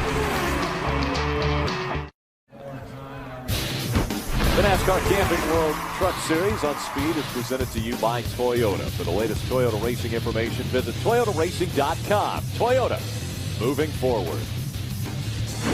Point standings through 14 races. Ron Hornaday now with a 216-point lead over second place, Matt Crafton. Those 2 switch spots once again as Hornaday holds the checkered flag in victory lane. Thanks again for joining us here on Speed. Toyota Tundra 200 in the books. AMA Pro Racing from Topeka, Kansas will be next right here on Speed, so stick with us. You see Ron Hornaday enjoying victory lane and enjoying that Sam Bass designed Gibson Les Paul guitar. Ray Dunlap has caught up with one of our top finishers. 6 top 10s in his last 7 races. Tell me about your night here at Nashville. Well, it was exciting. First off, I want to thank the fans for sticking out there in the rain. It was, hope it was a good show. I certainly had a good time. But this number 6 Conway Freight Ford F-150 truck was really fast at points. Seemed like on restarts we really struggled for some reason. I don't know what I got to do to figure that out. But normally I feel like our trucks, and I'm pretty good on restarts, but definitely not this day. I got to figure something out. So we'll see what we can do. It just took us 10, 15 laps to get going. Once we got going, I think our truck was pretty fast. All right, a good start for Colin Brown and a great finish. He finishes third here at Nashville. Again, Colin Brown with that third place finish. Lindy and Ron Hornaday with Rick Wren there, enjoying 5 in a row, 6 wins in the 2009 season. And DW joining us here. Obviously, we saw a great race, and we saw another dominant performance for Ron Hornaday. Yeah, see, the thing about Hornaday is if you ask some of those younger drivers what's your favorite track, they're going to name 2 or 3. You ask Hornaday, he's going to name them all. He's going to name he has no track that he doesn't like. Yeah. He's good at every one they go to. You know what's interesting about tonight? I think he started off this streak of 5 in a row at Milwaukee and Memphis by dominating. There wasn't anybody that was going to beat him. Then he goes to Kentucky and ORP, and he just ekes out victories. He didn't have the best truck, but he got to victory lane. Then he comes here for number 5. Domination again. It looked like maybe Timothy Peters had something for him early on. He jumped out and led the first 30-some laps. Then once Hornaday got in front, even though he got behind a little bit on pit stops, he was able to make his way right back to the front, and then he looked like he ran only as fast as he had to. It just seems like he and Wren together, they had this, they know what they need for the long haul. What's going to make their truck good at the end of the night, not necessarily at the beginning, but at the end. And he told him it was a great call to put 4 tires on. Some of those other guys did too. He said Rick Wren made the right call, put 4 on. DW, our next stop is Bristol. What advice do you give Ron Hornaday? Keep it low. Keep it low at Bristol. Again, AMA Pro Racing coming up right here from Topeka, Kansas on speed, so stay with us. History was made, and you were able to witness it. Ron Hornaday becomes the first driver since Richard Petty and Bobby Allison to win 5 races in a row. Get ready for weeknight truck racing from the world's fastest half mile. The trucks head to Bristol in 2 weeks for the only midweek show in NASCAR. Fast trucks on the high banks of a short track equals big excitement. You won't want to miss a second of action, starting with the setup at 8. Live on speed. Be there.